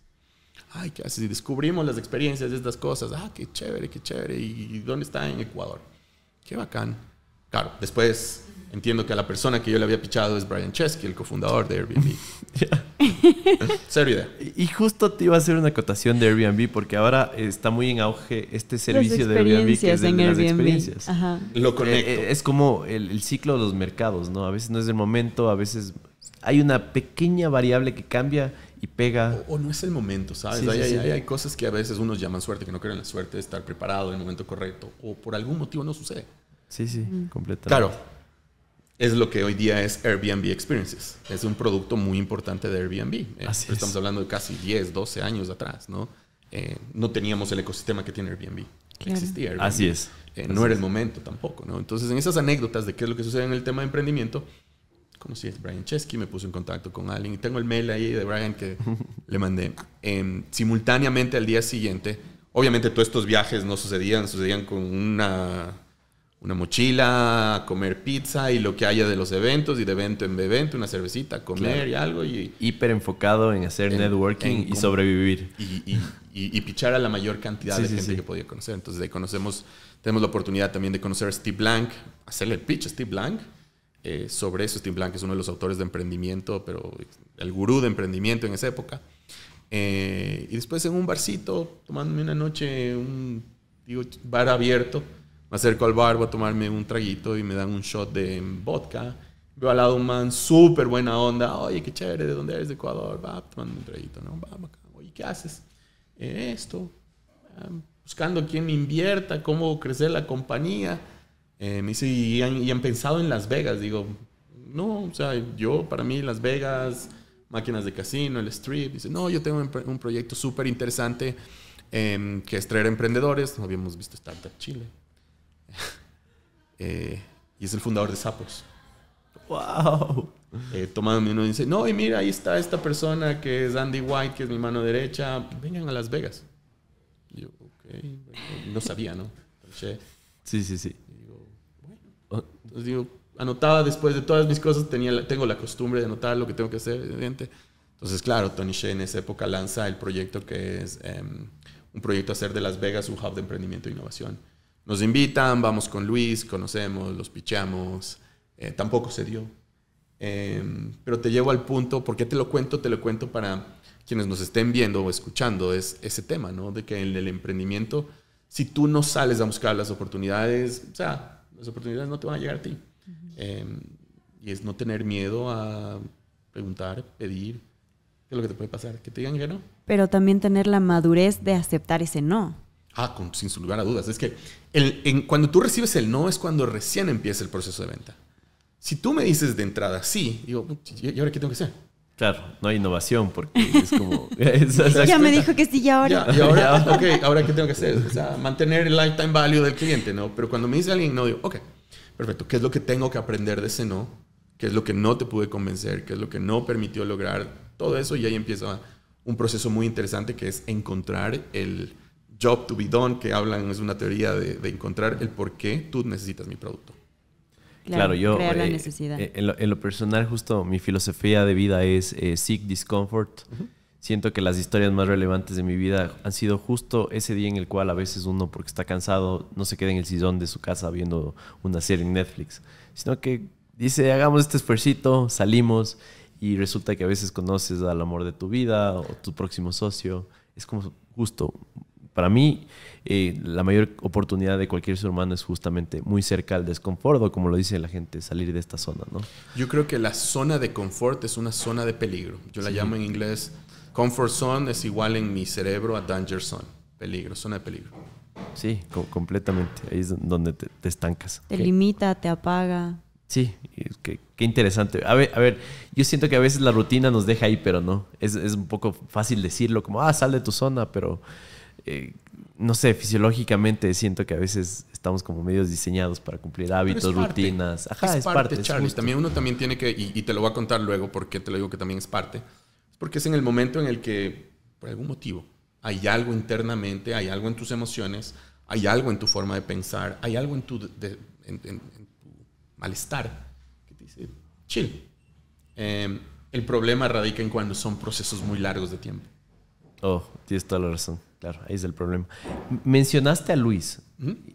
Luis, ¿ya lo conociste antes? ¿Cómo es que conoces a tu co-founder? Como te comentaba, lo conozco a mi co-founder con esta lista de los 10 hackers más relevantes del Ecuador. Ahí estaba en esta lista, estaba Luis. Es con una de las personas con las que me siento a conversar. Y mi filosofía fue, ¿me puedo tomar una cerveza con esa persona? Si la respuesta es sí, mi lógica, if then do that. Ok, vamos al siguiente paso. Y así fue. Y desde ahí hemos trabajado trabajamos 15 años, 16, casi 20 años, para serte sincero, con la anterior startup y la actual de Shipify, casi 16, 17 años juntos. ¿Qué filosofía crees que hay detrás de asociarte con alguien, detrás de esta capacidad que puedes para pegarte una cerveza con Esa alguien? es una pregunta difícil. Es una pregunta difícil porque... ¿Crees que ya lo has deducido No. hasta ahora? El tiempo es una variable que... Es una variable, no es una constante. Ok. Entonces, en el tiempo hay muchas cosas que cambian, y especialmente en los seres humanos. ¿Y por qué te lo digo esto? Quizás con un poco más de profundidad. Es porque quizás en el último año me he involucrado un tema más en tratar de entender las emociones y las personas, en tratar de entender por qué reaccionamos de cierta forma, por qué podemos compartir ciertas cosas. Y evolucionamos y cambiamos, ¿no? O sea, no existe una persona que sea desde el día uno igual. O sea, Completamente. todos cambiamos, tenemos motivaciones distintas, tenemos desafíos distintos, la vida nos pone problemas distintos, radica en que cómo tú los resuelves. Pero creo que algo muy importante para mí siempre ha sido me puedo tomar una cerveza, esa persona puedo tener una conversación de diferentes temas, de filosofía, temas muy geeks, que me encantan tener ese tipo de conversaciones, visiones distintas, principios, valores, temas difíciles también, ¿no? Temas difíciles como la política es un tema difícil. La religión. La religión es otro tema muy difícil. En donde están los extremos y en las diferencias de los extremos no necesariamente yo tengo que pensar igual a ti. Claro. Sino tú tienes que respetar mi forma de pensar y yo respeto la tuya y chévere, eso nos va a llevar. Porque en cambio si yo te quiero convencer sobre lo mío te estoy tratando de imponer algo, ¿no? Claro, y ahí no se construye nada, Y por lo ahí- menos de ambas partes, ¿no? Yo creo que ahí no se construye, se destruye. Claro, porque es imponer, ¿no? Claro. Wow. De alguna u otra forma, para mí también es intrigante el cómo medir esta química. Cuando conversas con alguien y dices, wow, me cayó como muy bien, parece que es una persona confiable. Porque como tú mismo dijiste, al ser seres humanos tan cambiantes, tan emocionales, es en el 2024 incluso difícil de medir, ¿no? Luego de esta cerveza, ¿cómo mides esa Completamente. interacción? Es complejo. Es construcción. Yo digo, es una definición, alguien una vez me dijo, es una relación. Es como un matrimonio, pero sin sexo, en el que va a ser mucho más difícil, temas muchísimo más difíciles. Pero al final del día, la decisión, ¿cómo lo resuelves? Claro. Okay, entonces ahí también hay mucho conocimiento en ese sentido de construcción de sociedad. Buenísimo. Regresando a la línea del tiempo, ¿qué es lo que pasa después? Shipify Advance, Escapes With You, tenemos en los últimos momentos ya de hacer el spin-off de esta compañía. Tenemos la oportunidad de empezar a trabajar con el Stanford Research Institute. El Stanford Research Institute está en Palo Alto, en San Francisco, y es el centro de investigaciones donde se creó la televisión de alta definición, el Botox, la robótica, cosas súper locas, ¿no? Tenemos la oportunidad de participar con ellos en un programa. Con ellos dije, wow, o sea, increíble. Nosotros vendíamos experiencias de viajes. Sí, claro. El Stanford Research Institute. ¿Dónde está el match? Claro. ¿Dónde estaba el match? Entonces, claro, lo que nosotros hacíamos era el match de los gustos, preferencias. Habíamos generado unos grids súper interesantes con gente extraordinaria que nos apoyaba, mentores en esa época, de cómo esas experiencias y esas cosas se puedan ver. Participamos ahí, tuvimos una experiencia brillante. O sea, yo creo que es una de esas experiencias en las que hemos recibido golpes y testeado la resiliencia de emprendedor, en que un día nos destrozaban todo lo que teníamos y teníamos que venir al día siguiente con algo nuevo. Y ahí empezamos a entender que en Escapes With You lo que teníamos era mucha tecnología, pero no resolvíamos un real problema.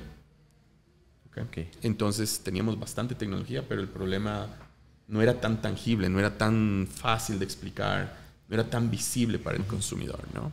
Lo habíamos hecho un spin-off a un marketplace y claro, ahí radica en que en ese marketplace, ya cuando compraron las experiencias, cómo llegaban las cosas. Y habíamos adquirido muchas deudas como compañía. Y las deudas se tienen que pagar, ¿no? Las deudas en un emprendedor no se pagan con confía en mí o resiliencia, sino, o sea, tienes que pagarlo. Así es. Y regresamos a Chile y durante un tema de un periodo de tiempo veíamos qué tenemos que hacer. Luis había regresado a Ecuador, yo me había quedado en Chile, vemos qué tenemos que hacer. Y ahí ya había empezado el tema de lo que les había comentado en el inicio, del tema de los paros de una empresa de correos, cómo hacer eso. Y en una conversación súper profunda con Luis decimos, ¿qué tal si convertimos esto en un web service? La anterior compañía era Consumer, productos para el consumidor. ¿Cómo podemos rediseñar esto para que sea un producto que cualquier e-commerce lo adapte, lo incorpore y reciban sus productos? Entonces ahí viene el concepto de APIs, que son interfaces de computación que se permitan conectar en cualquier backend. Ok, hay algo interesante. Pero venía el de otro desafío. Y los autos y los vehículos.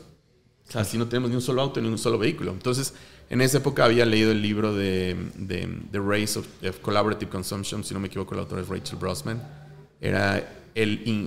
Hablaba de la economía colaborativa, ¿no? O sea, de cómo un modelo como Airbnb, como un marketplace como Amazon. Entonces, ya habían estos casos de éxito, correcto, ¿no? Correcto. Y uno de nuestros primeros pitches es un slide en el que Alibaba creó un marketplace sin ser dueña de productos. Amazon esto, Airbnb generó la cadena más grande de hoteles sin ser dueñas de un solo hotel. Sí. Y bueno, y otras dos más. Uber era la empresa más grande de logística. Estaba en la cúspide este pitch, entonces, ¿no? ahí venía la parte, nosotros podemos generar la parte de economía colaborativa en los vehículos. Y para el frente. O sea, y ahora, de nuevo, la otra pregunta que tú me hiciste, ¿cómo la financiamos? Siempre ese sofisma, ¿no? Y ahora, un gran amigo, un emprendedor brillante boliviano, Daniel Ponce, me dice: Miguel, hay un programa en Brasil que el gobierno le está clonando Startup Chile. Vente a Brasil. No se pregunte dos veces.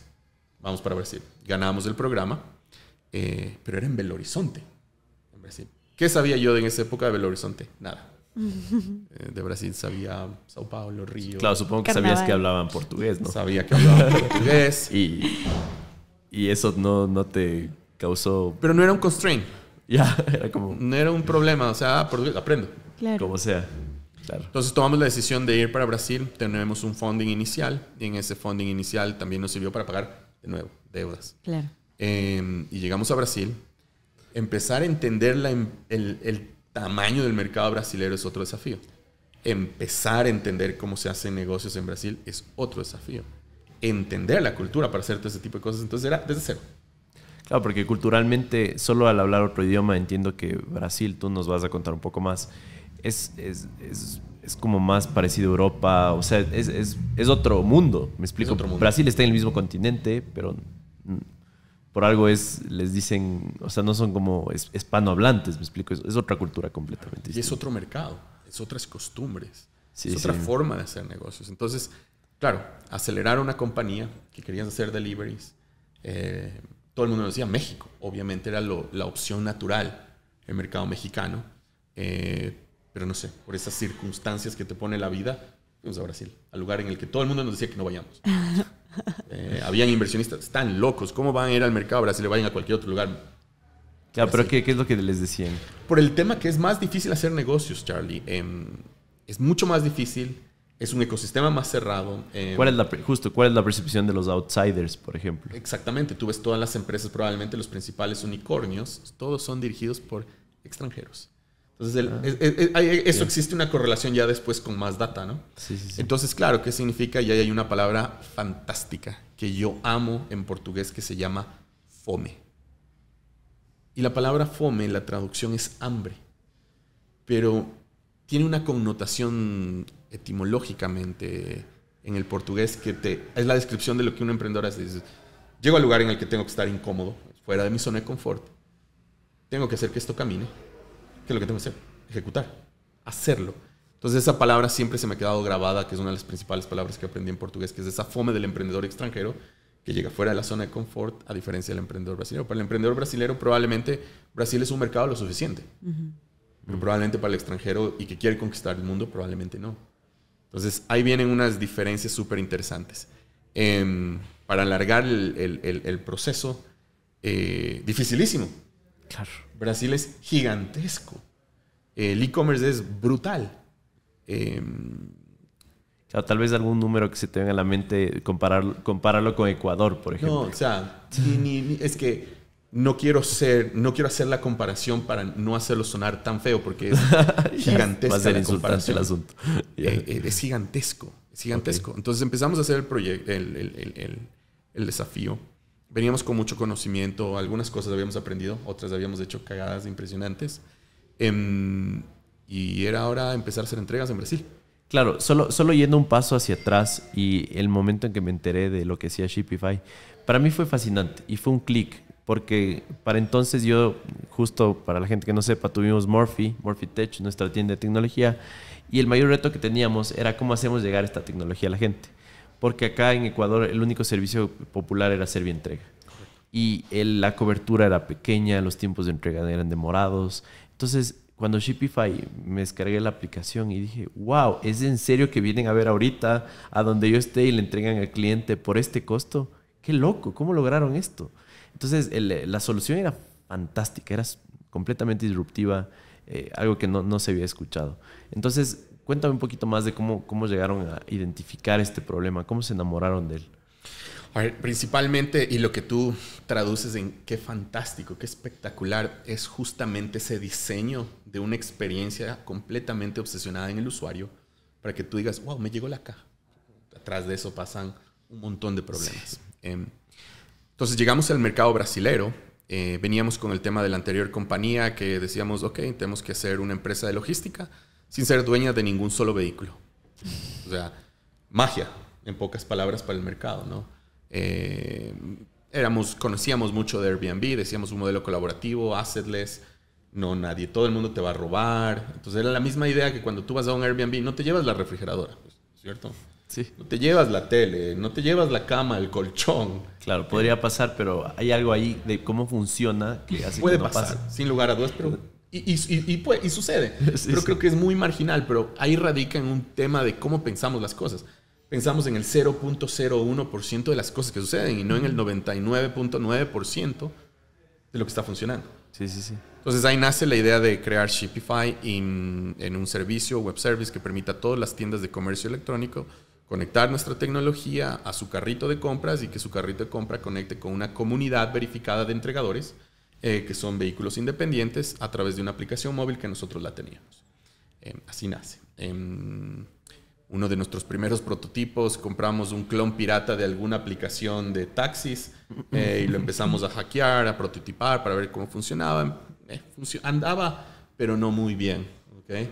Funcionaba para algunas cosas básicas, para demos, pero teníamos que hacer algo mucho más core. Claro, y en su propósito en ese momento era que esa solución funcione en Brasil, ¿no es cierto? Correcto, que sea un MVP que tenga funcionalidad. Ahora, ¿cómo traíamos del otro lado los entregadores? Entonces ahí hay una anécdota brillante que Belo Horizonte es una ciudad muy calurosa. Yo no hablaba portugués, pero lo que sí tenía era una actitud. Y lo que iba era a todas las oficinas de los correos de Brasil, afuera de las oficinas de correos de Brasil, a pichar a todos los entregadores de los correos, de las motoboys, con un portuñol que ni yo mismo me entendía, pero convencer desde Shipify. Y en una filosofía súper de Lean Startup. Es más, creo que si no me falla la memoria, eran como 800 entrevistas que las hice yo, sudando ahí afuera, diciendo bla, bla, bla, bla, bla, convencidos. Entonces, habíamos creado un grupo de WhatsApp, ¿no? En donde los teníamos. Entonces, ahora venía el otro lado, los e-commerce. Entonces, estábamos en una aceleradora de negocios y en esa aceleradora de negocios convencíamos a los emprendedores. Oye, ¿tú qué vendes? Nosotros te podemos mandar. Entonces, nuestro primer cliente es una empresa de gafas recicladas. Súper chévere. Decimos, ya, buenísimo, y te hago las entregas. Primera entrega a Recife, la ciudad más lejos de Brasil de donde estamos. Y queríamos hacer solo en Belo Horizonte. Sí. ¿Y ahora cómo hacemos eso? Me encuentra la forma, ¿no? Yo mismo al servicio postal con el sobrecito. Vea, necesito que esto llegue urgente. ¿Cuál es el spread de diferencia en el mercado? Digamos que me cobraban 10. Yo la vendía por 15. Ok, listo, enviado. ¿Cuándo te llegó? 2 días. Okay. Entonces radicaba en que el consumidor no sabía qué eran las opciones de correo. La empresa empieza a crecer. Llega uno de los más grandes players de e-commerce en Brasil, que es Submarino, B2W, a decirnos, ok, empecemos a trabajar. Digo, claro, buenísimo. Yo me encargaba de la parte comercial. ¿Cuántas transacciones? 300,000 transacciones. Digo, 300,000 mes, no diarias. Okay. Regresaba, digo, ¿y ahora? No podíamos atender a un cliente todavía así. Pero para el interés de un cliente de ese tamaño, sobre algo que todavía estaba una web, un grupo de WhatsApp, aquí hay algo. Claro. Okay. Entonces ahí empezó también una forma de decir, porque empezamos con la tecnología, tenemos que ponerle esto, pero no solo acelerador, dinamita, Red Bull, lo que sea, y vamos con todo. Y ahí empiezan las primeras contrataciones dentro de la empresa. Empieza a crecer la empresa. Y un hito que marca, pero importantísimo en esta historia, es que durante los Juegos Olímpicos en Brasil, llegamos a un cowork donde trabajábamos y nos llega una carta del correo de Brasil. Es una carta que en inglés se llama un cease and desist, que es una carta diciéndonos tienen que cerrar la compañía en 24 horas, tienen que sacar todas las aplicaciones de los App Stores, tanto de Apple como de Android, porque ustedes violentan el monopolio natural del servicio postal brasilero. What? Llega, imagínate todo esto que te vengo contando, que llegues y digas, estoy trabajando duro en esto, y dices, ¿y ahora? No. Loco. Y claro, dices, supongo que estaba hasta bastante planeada la carta, porque justo fue en una época en la cual iban a reventar en envíos, ¿no? O sea, quiero que te pongas en estos zapatos de un emprendedor, cortos de plata, haciendo todo lo que sea posible, que llegues a ni siquiera una oficina, a tu mesa de trabajo. Te digan, aquí hay una carta del servicio postal que tenemos que sacar todo. ¿Qué hacemos? Ya se fue a la miércoles. Claro, porque encima más es una variable exógena, o sea, no podías controlar. Nada. ¿Y cómo? Es una pregunta que te quiero hacer desde el inicio. ¿Tú cómo manejas el caos? Este es el ejemplo perfecto. Tengo dos formas de ver el caos. El uno, no lo veo como caos. ¿Okay? Lo veo como un orden espontáneo que tengo que resolver algo mucho más importante. Porque si lo veo por caos, o sea, voy a tratar de disparar a diferentes soluciones y voy a estar desenfocado entre lo más importante de lo relevante. ¿Okay? Entonces, en mi caso, normalmente, ¿cómo manejo el caos? Es, ok, ¿qué es lo que tengo que resolver?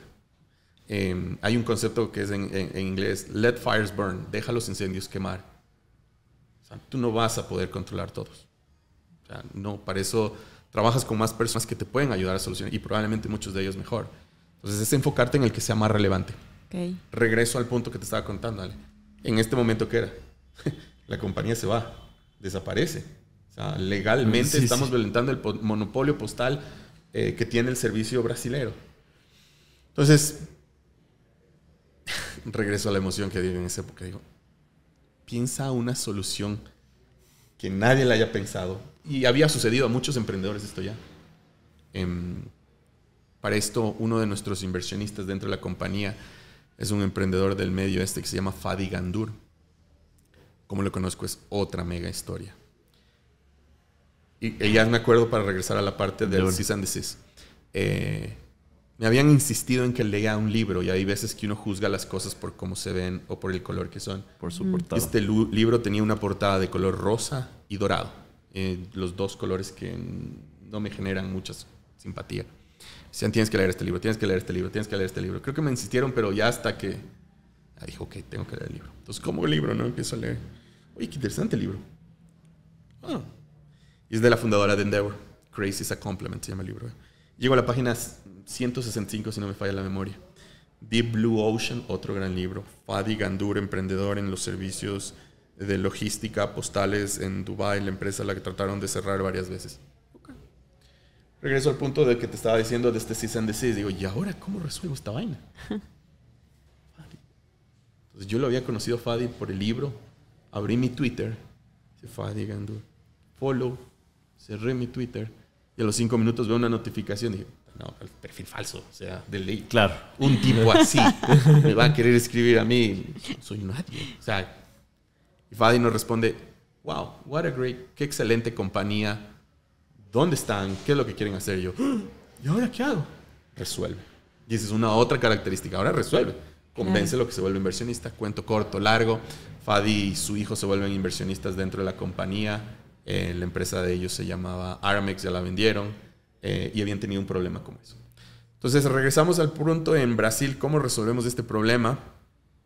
Y se me viene una extraordinaria idea de algo que había hecho con un gran amigo, Juan Francisco Núñez, que me había dado que lea un artículo muy interesante de un filósofo francés que se llamaba Frédéric Bastiat en los 1860 por ahí. Entonces este filósofo envía una carta al Parlamento diciéndole que quiere que los fabricantes de velas quieren cerrar al Sol porque el Sol es un competidor de los fabricantes de velas. No tiene sentido. Claro. Okay, sí. Entonces, eso es una analogía a muchas industrias que han venido sucediendo y se han venido cerrando amenazas, ¿no? Y utilizamos esa misma filosofía de Frédéric Bastiat para generar una carta abierta al servicio postal en Brasil.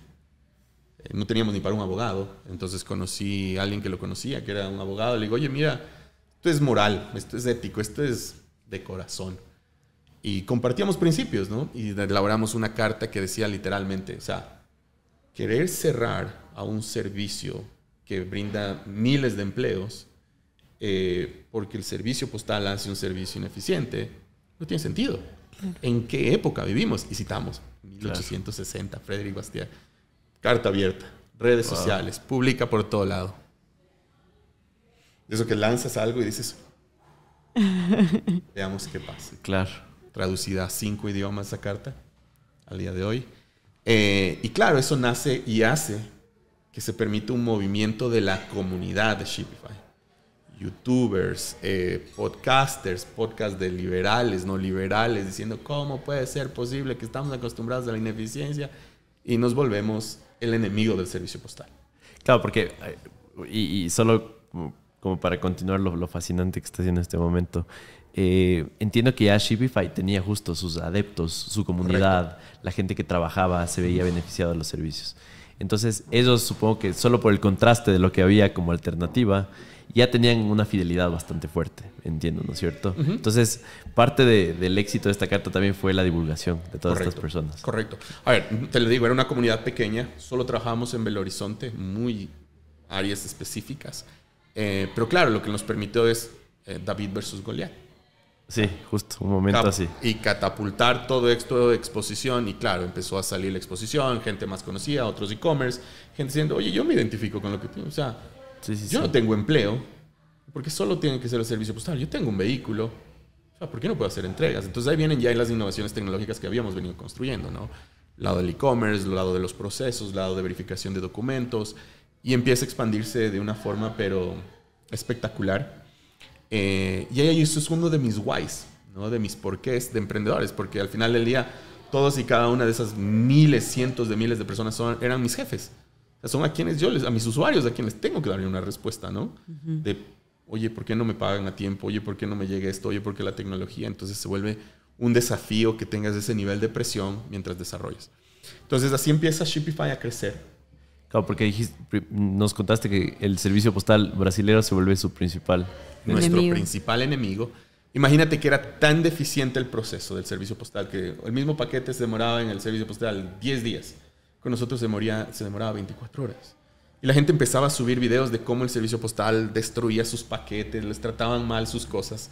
Y nosotros tratábamos bien las cosas. Para nosotros era una experiencia. Y ahí empezamos a sacar un anuncio súper de redes sociales, súper marketing de guerrilla, de que el servicio postal era la tortuga y nosotros éramos la liebre. Yeah. Entonces, claro, la analogía y a las Olimpiadas, peor aún, imagínate. Entonces tenías un montón de gente atrás, pero con la vena a target nuestro. Pasa el tiempo y el mismo servicio postal desiste la demanda. Y claro, lo que te lleva a eso es, ok, eso es una batalla moral a lo que tú estás haciendo, ¿no? Cuando estás convencido que algo que estás haciendo y al final del día estamos haciendo es generar más empleos y que el e-commerce crezca. Entonces, las cajas se transformaban para nosotros, ellas eran paquetes, para nosotros eran experiencias. Uh-huh. Los pañales de un bebé. Yo no soy padre, pero me imagino que es algo como la fórmula del bebé. Claro, es algo para importante. Una abuela, la bicicleta es su nieto. Entonces conectábamos con ese tipo de emociones con las personas. Wow, qué interesante. Es literal una lección de cómo cuando piensas que se te va a caer todo abajo, dices, ¿qué hago con esto? Ese es el impulso que te da para crecer aún más. Wow.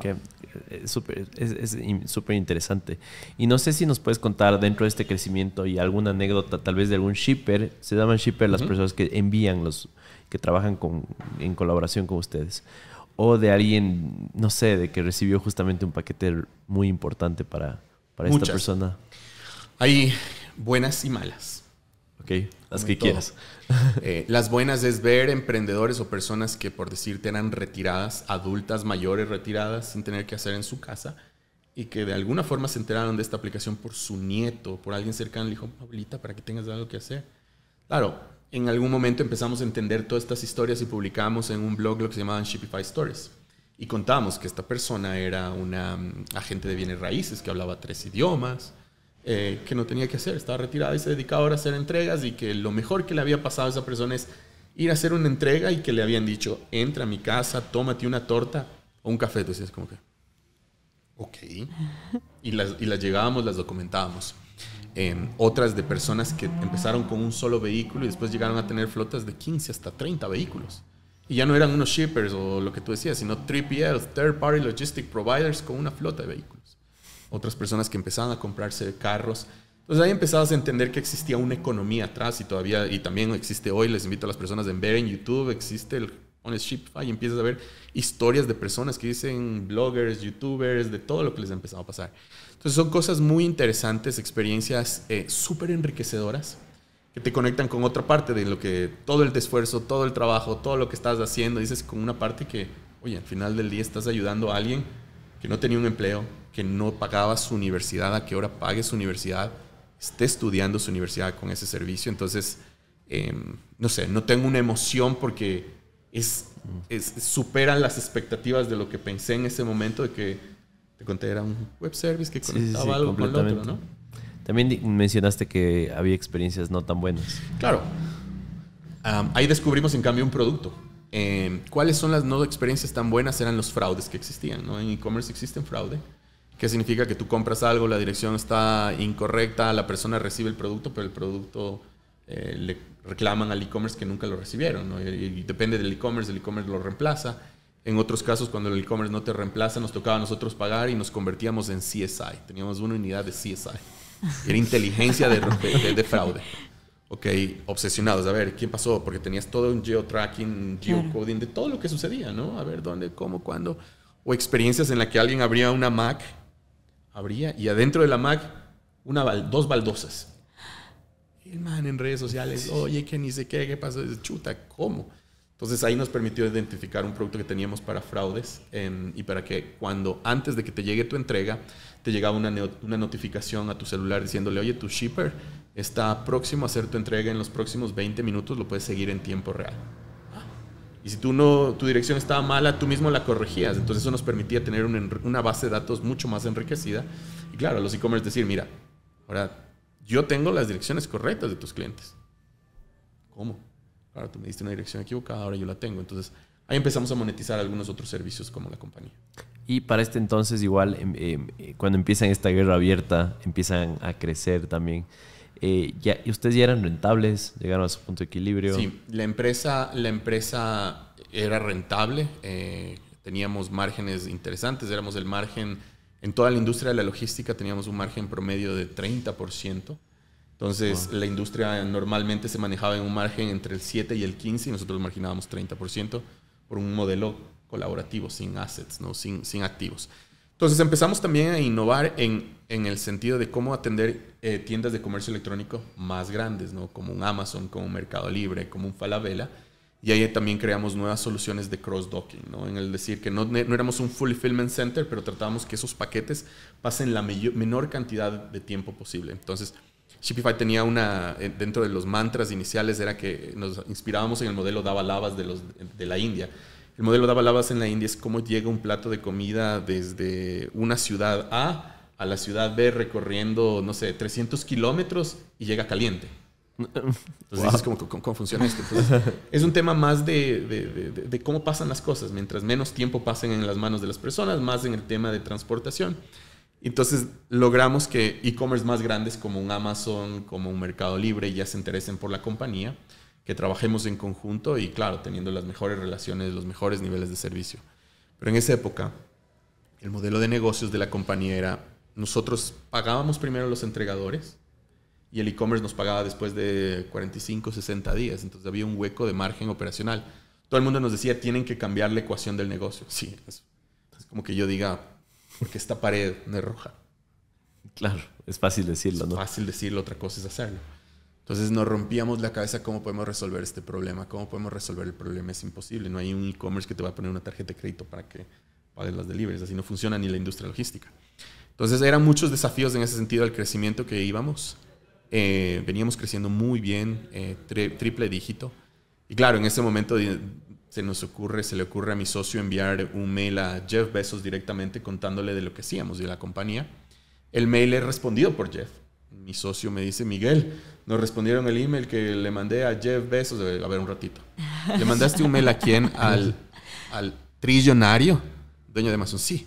Para entonces Amazon ya era... No, Amazon, claro. Sí, gigante en Latinoamérica, monstruo en todo lugar. Y digo, ¿y qué pasó con el mail? Lo traqueamos, nos respondieron, estás en copia. Y yo, ¿qué hacemos? Entonces, regreso a otra habilidad que conversamos al inicio de ejecución. Dices, ok, pero no habían palabras para describir lo que sucedía. Ok. Claro, veníamos con el desafío, teníamos que cambiar el modelo de negocios, que te decía. Pagábamos primero los shippers. Pero, ¿cuál era el reto de esta comunicación? O sea, ¿qué es lo que les responde Jeff? Jeff nos conecta con su mano derecha. Ok. Veíamos cómo se abría en el email en diferentes ubicaciones. Nos conecta con su mano derecha, que es Alex Ceballos, quien estaba encargado de muchas negociaciones de Whole Foods, el encargado de la adquisición de Whole Foods. Ok. Y conversamos y me dice qué están haciendo y con lo que sea. Y nos pone una reunión con el VP corporativo, el director de Business Development Worldwide. Entonces, claro, ya te llega esa presión y dices, bueno, aquí vamos con todo, no todo o nada. Entonces, presentación, sí, que hacemos esto, que los niveles de servicio, trabajamos con esto. Ah, qué chévere. ¿Cómo empezamos? Ustedes díganos. Okay, vengan a la oficina de Sao Paulo, nos reunimos en Sao Paulo. Y ahí conozco el vicepresidente ejecutivo de ellos, de Corporative Development, perdón. Un marine americano, o sea, tipo muy intimidante. Y conversábamos y le decíamos, no, mi nivel de servicio es el 98.7. Yo entrego eso, esto es lo que voy a hacer, esto es lo que voy a hacer con los vehículos, todo un mapa mental que teníamos. Y el tipo nos veía diciendo como que, ¿qué agallas de estos manes? Para sentarte con uno de los players más grandes del mundo y decirle eso. Entonces nos dice, ok, vamos desarrollamos unos pilotos, desarrollamos los pilotos muy controlados, que todo funcione. Y funcionó muy bien, muy bien. Y venían los desafíos de crecer, ¿no? Llegó la compañía a tener casi 200 y pico personas. Éramos en, no sé, ¿qué te hablo? De 50, 200. Justo eso te iba a preguntar, ¿cuánto tenían que escalar para poder proveer Muchísimo. a Amazon? Muchísimo, pero esas son esas oportunidades que no puedes decir que no. Sí, obvio, Claro. obvio. O sea, tengo dos variables. O digo no, ya dije un no antes y yo soy a veces creyente que probablemente 3 veces no te dicen lo mismo, no tienes esa misma Sí, oportunidad. sí, sí.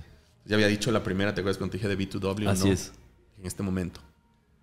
Construimos, generamos la confianza, las credenciales y nos vamos a Seattle. Una reunión.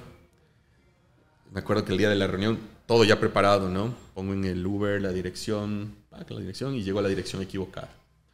Entonces llego atrasado a una reunión con todos los duros de Amazon porque metí mal la dirección en Uber. Era, por decir, una W de más. Gracias al autocorrector del teléfono, ¿no? Y digo, no, disculpen que llegamos atrasados. Ok, chévere, no pasa nada. Me bulearon brutalmente por llegar atrasado, con justa razón. Y claro, yo veía en esta reunión todo el wall of fame de todas las adquisiciones que tenían. ¿Ahora en qué estamos? ¿Qué tenemos que ser? Convencidos de lo que sea, seguros. Y lo que nosotros buscábamos era que ellos nos inviertan, que sean nuestros inversionistas. Entonces nos dicen, ok, déjenos evaluar, pero creo que hay una mejor opción. A mí se me pasaba otra idea, ¿no? Entonces estos tipos hace muchos años habían creado lo que son unos documentos garantía, que es la traducción al español, que son warrants, que era como crearon Amazon Prime, con aviones, con toda una infraestructura, pero brutal, pero nosotros no lo sabíamos. Y nos dicen y nos hacen una oferta de hacer un warrant son números muy altos a nivel de Latinoamérica para crecer Amazon y con nosotros. Y decimos en la reunión, ok, chévere, mándanos la propuesta para ver de qué se trata. Excelente relación. Llegamos y recibimos un documento de creo que eran como 180 páginas de nosotros. ¿Y ahora? O sea, necesitabas a alguien que sepa de este tipo de cosas. Y lo conecto con algo súper interesante porque conocimos en esa época a un abogado a través de referencias de otros amigos emprendedores. Oye, ¿qué haces en esto? No, mira, habla con fulano, sultano. Dan Green es un abogado de Gunderson Demetrans, que es uno de los estudios jurídicos. Imagínate Suits, la serie. Sí, ¿existe? Así. Igual. Tal cual, ¿no? Entonces, en uno de los momentos nos reunimos con Dan. Yo llego con unos chocolatitos ecuatorianos, que es siempre mi forma de hacer las cosas. Mira, estos chocolates son... ¡Qué chévere! Son chocolates ecuatorianos. Y un español, yo, sí. No, yo hice mi labor social en Ecuador. Trabajé en ese cuánto, en unas comunidades indígenas. Yo... Gol. Gol. Claro, es un gol. Gol por algo... Por buscar una conexión distinta a la normal. Algo que me conecte contigo. Chévere, se negoció eso, no tienes idea la locura que fue esa negociación. Me acuerdo que hasta una vez estando en un cine, tenía que salir del cine para ir a responder eso porque eran temas que tenían que ser respondidos. Y así cerramos un warrant que nos permitió a nosotros, acelerando un poco en el tiempo, durante la pandemia, tener un prepago anticipado, que era la relación del modelo de negocios, cambiar la ecuación del modelo de negocios a que nos paguen por anticipado. y nosotros hacer los deliveries, abrir nuevas ciudades en Brasil, llegar a más de 237 ciudades en Brasil, más de 17 centros de distribución, más de 7,000 metros cuadrados, una locura que todo cambió completamente, ¿no? Y crecer la compañía, problemas diferentes, distintos. Y posteriormente eso nos llegó la pandemia. Ahí llegó la pandemia. Y nos llegó la pandemia. Entonces, la pandemia, todo el mundo, todos los fondos de Venture Capital, todos los emprendedores decían, ajustate el cinturón porque la que se viene es caos. Caos total. Entonces, yo había creado en la compañía un protocolo de COVID en un vuelo. Todo el mundo, estás loco, COVID. ¿Qué pasa aquí? Alguien me dijo que... ¿Estás loco? Lo que todos pensamos. No, claro, a veces esas cosas. Y ahí regreso al punto, a veces que a veces uno tiene que insistir un poquito en algunas cosas en la vida, ¿no? Sí, sí, sí. Y Amazon nos hace ese pago anticipado, la empresa crece. 2 años increíbles de pandemia, nunca la compañía había crecido a ese nivel. Claro. Nunca. Claro, más bien Era el momento de... Sí, pasó lo contrario, ¿no? Cuando la gente pensó que, a ver, todos la íbamos a sufrir, más bien siento que hay negocios que explotaron. Claro, todos la sufrimos en casa, ¿no? El modelo, Sí, en pero casa el modelo sí. emprendedor creció muchísimo. O sea, el modelo emprendedor ahí fue, yo creo que en la pandemia, su mayor auge de crecimiento, porque todo el mundo creo que entró como que, ¿qué hacemos? ¿Cómo nos reinventamos? ¿Cómo hacemos esto? Y ahí... Sí, o sea, el auge de este podcast fue en pandemia, porque la gente al estar encerrada empezó a consumir muchísimo más todo el contenido visual y auditivo. Entonces ahí es donde crecimos un montón. Todos, Sí. incluidos nosotros. ¿A qué te digo? Que probablemente si veo en retrospectiva los 3 años, crecimiento triple dígito en transacciones, crecimiento en ventas doble dígito, crecimiento en rentabilidad triple dígito, crecimiento en personal triple dígito. Entonces vinieron todos esos desafíos, ¿no? Y no había tiempo para parar. O sea, no había tiempo para parar. La empresa se tuvo que redefinir a trabajar todos remotamente.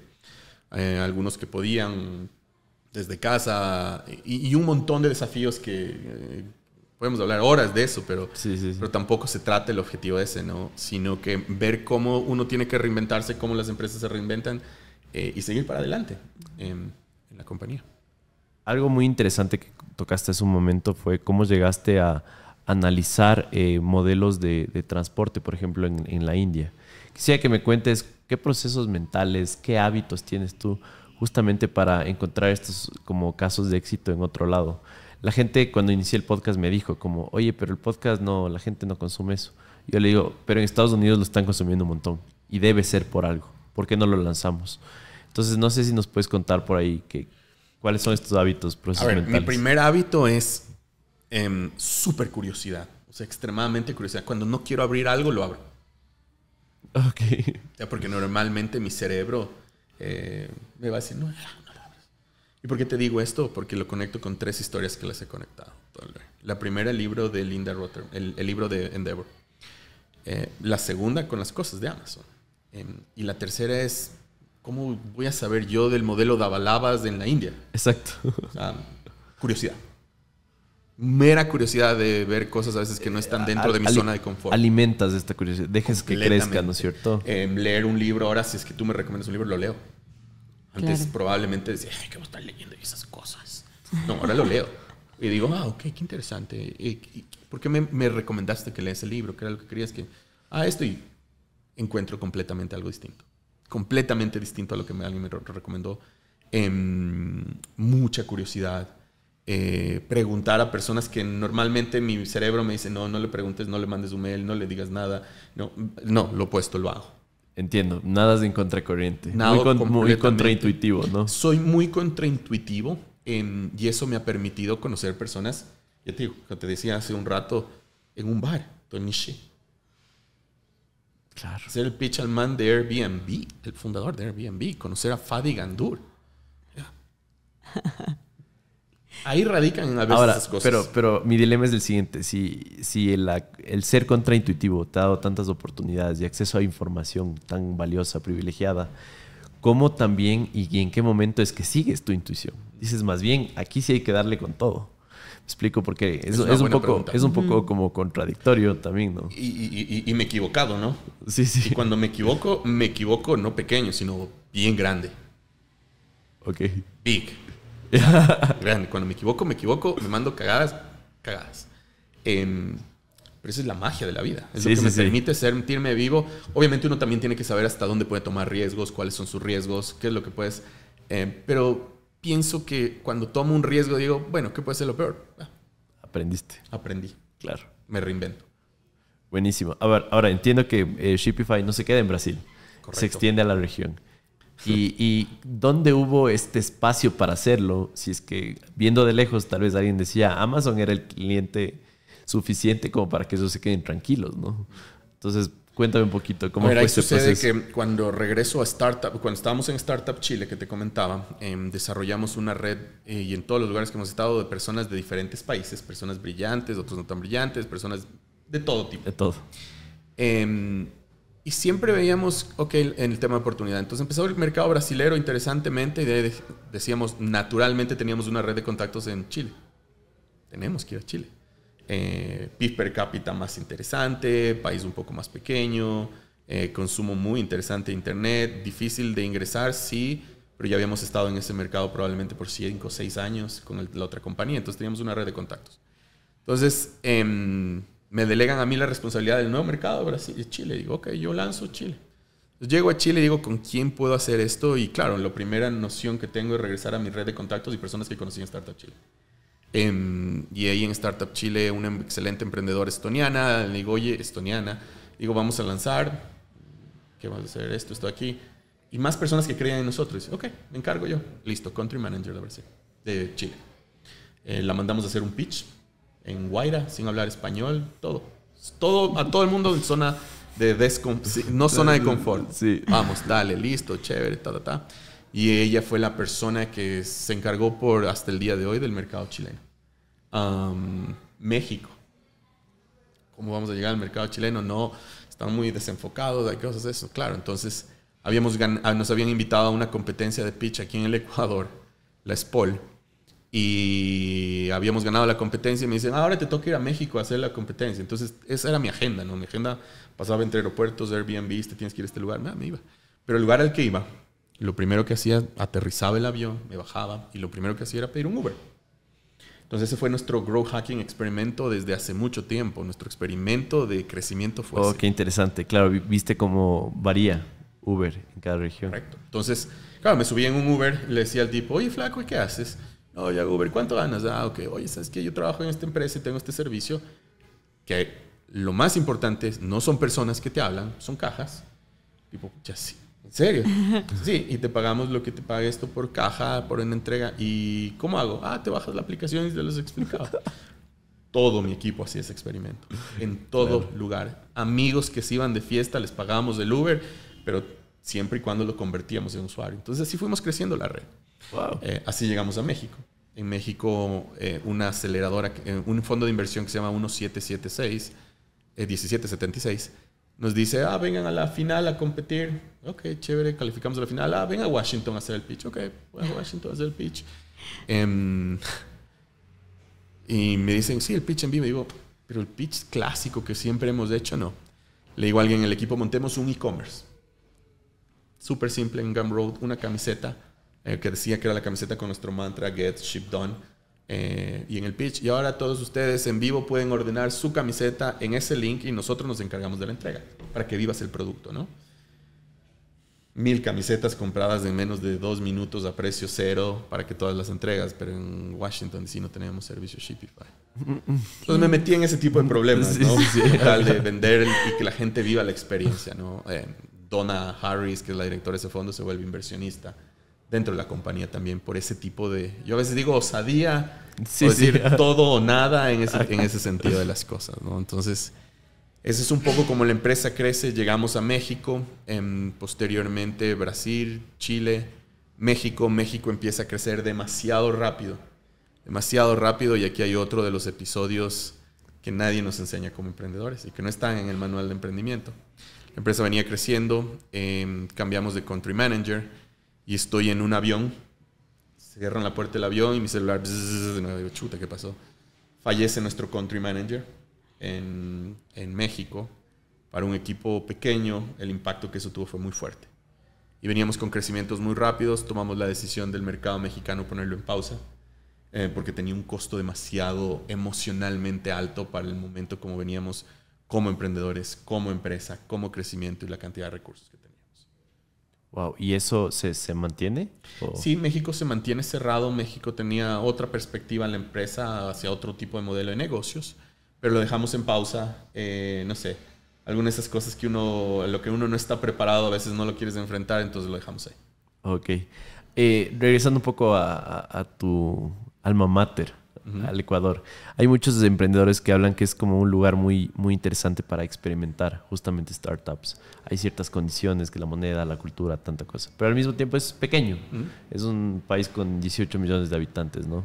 Entonces, ¿cómo fue el contraste de tratar de hacerlo acá versus Brasil, Chile? Difícil. Sí, ¿no? Difícil, bastante difícil, porque las barreras, no sé pues si es por la afinidad que uno tiene al lugar donde uno vive, sí. Pero existen más nos. O sea, los nos son más duros. Sí. Y duelen más. Más personales, claro. Más personales. Son más personales, pero por más perseverantes, son más personales. Pero regresando al punto que tú dices, yo lo veo también como una oportunidad. Depende qué es lo que quieras hacer. Porque si lo logras en un lugar tan difícil, escalarlo a otro lugar que no necesariamente sea más fácil, sino que sea solo un proceso de escalar algo no escalable, es un tema de tiempo. Cuando nosotros empezamos no existía Venture Capital, no existía capital de riesgo. ¿Qué era eso en Ecuador? Ahora afortunadamente existe capital de riesgo, existen inversionistas ángeles, existe gente que ha sido emprendedora, otros que no han sido emprendedores y tienen sus fondos de inversión, pero ahí vas a toparte, depende con el desafío que tú quieras, ¿no? Pero lo veo como una oportunidad. Depende qué es lo que quieras hacer y depende cuál sea tu visión. Si tu visión es únicamente pilotear,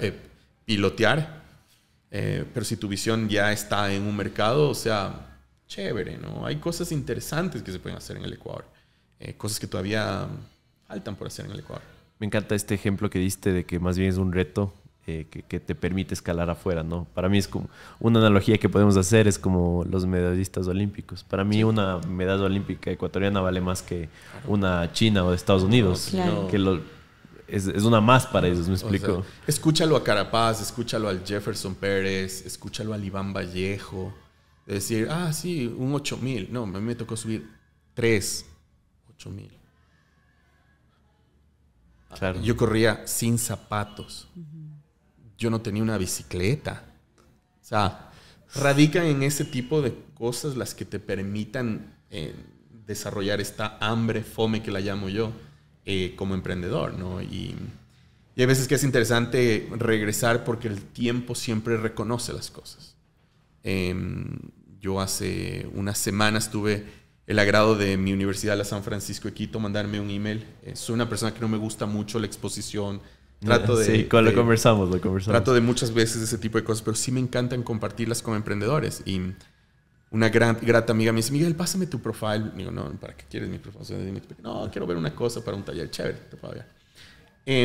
Y claro, radica en que mi perfil justamente lo pasaron al Consejo de Referentes de la Universidad de San Francisco. Y el canciller de la Universidad de San Francisco, fundador, falleció hace literalmente casi un año, Santiago Gangotena. Entonces la universidad crea un premio que se llama el Premio Santiago Gangotena, que reconoce a las personas de las artes liberales, la libertad y el emprendimiento. Y claro, me hacen una emboscada en un Zoom call diciéndome, Miguel, te queremos entregar el Premio Santiago Gangotena, que es la primera edición. Yo, ok. O sea, para mí eso es mucho peso en mis hombros. Oh, claro que sí. Entonces eso también me conecta, y un honor, me conecta con lo que busco hacer ahora en esta etapa de mi vida como emprendedor, ¿no? Que es ayudar a más emprendedores. Hoy mi labor dentro de Shipify es cero operativa, ya no. Ahora también después de más de 15 años en emprendimientos diferentes, entro en una etapa completamente distinta, temas mucho más estratégicos de la compañía cuando se me requiera. Pero sí busco compartir con más emprendedores y con muchas más ideas que tengo bajo el tintero de esos momentos que te digo que a veces están al frente de nuestros ojos, ¿no? Claro, justo recién le hicieron una entrevista al Roque, que está cerca de los 80 años. Y mucha gente le conversa sobre sus éxitos, ¿no? Pero él sigue insistiendo que lo más importante para él es lo que viene.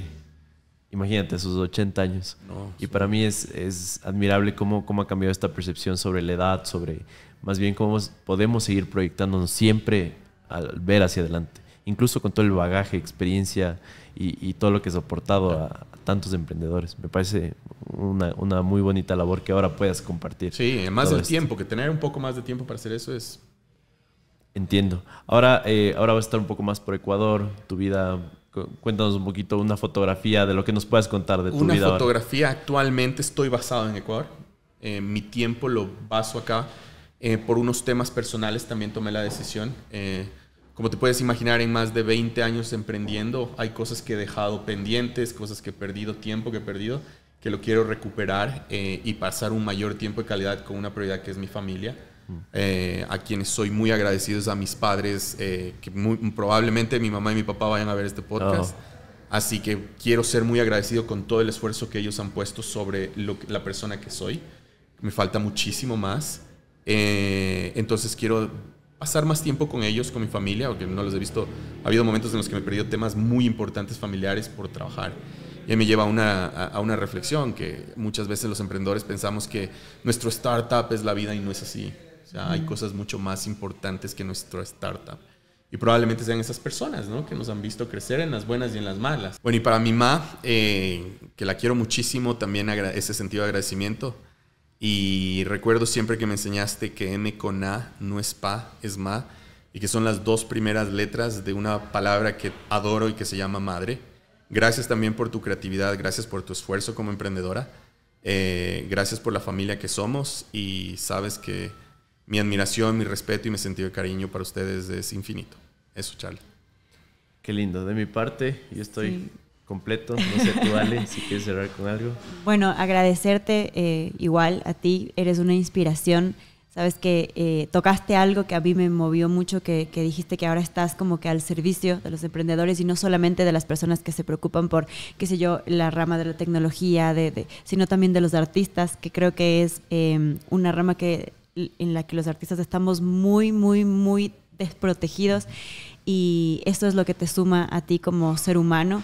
Creo que viniste aquí para vivir esta experiencia terrenal, llenarte de sabiduría y lo más lindo es que tú quieres compartir tu sabiduría. Así que muchísimas gracias por tu tiempo, gracias por estar aquí y gracias por todo el aprendizaje.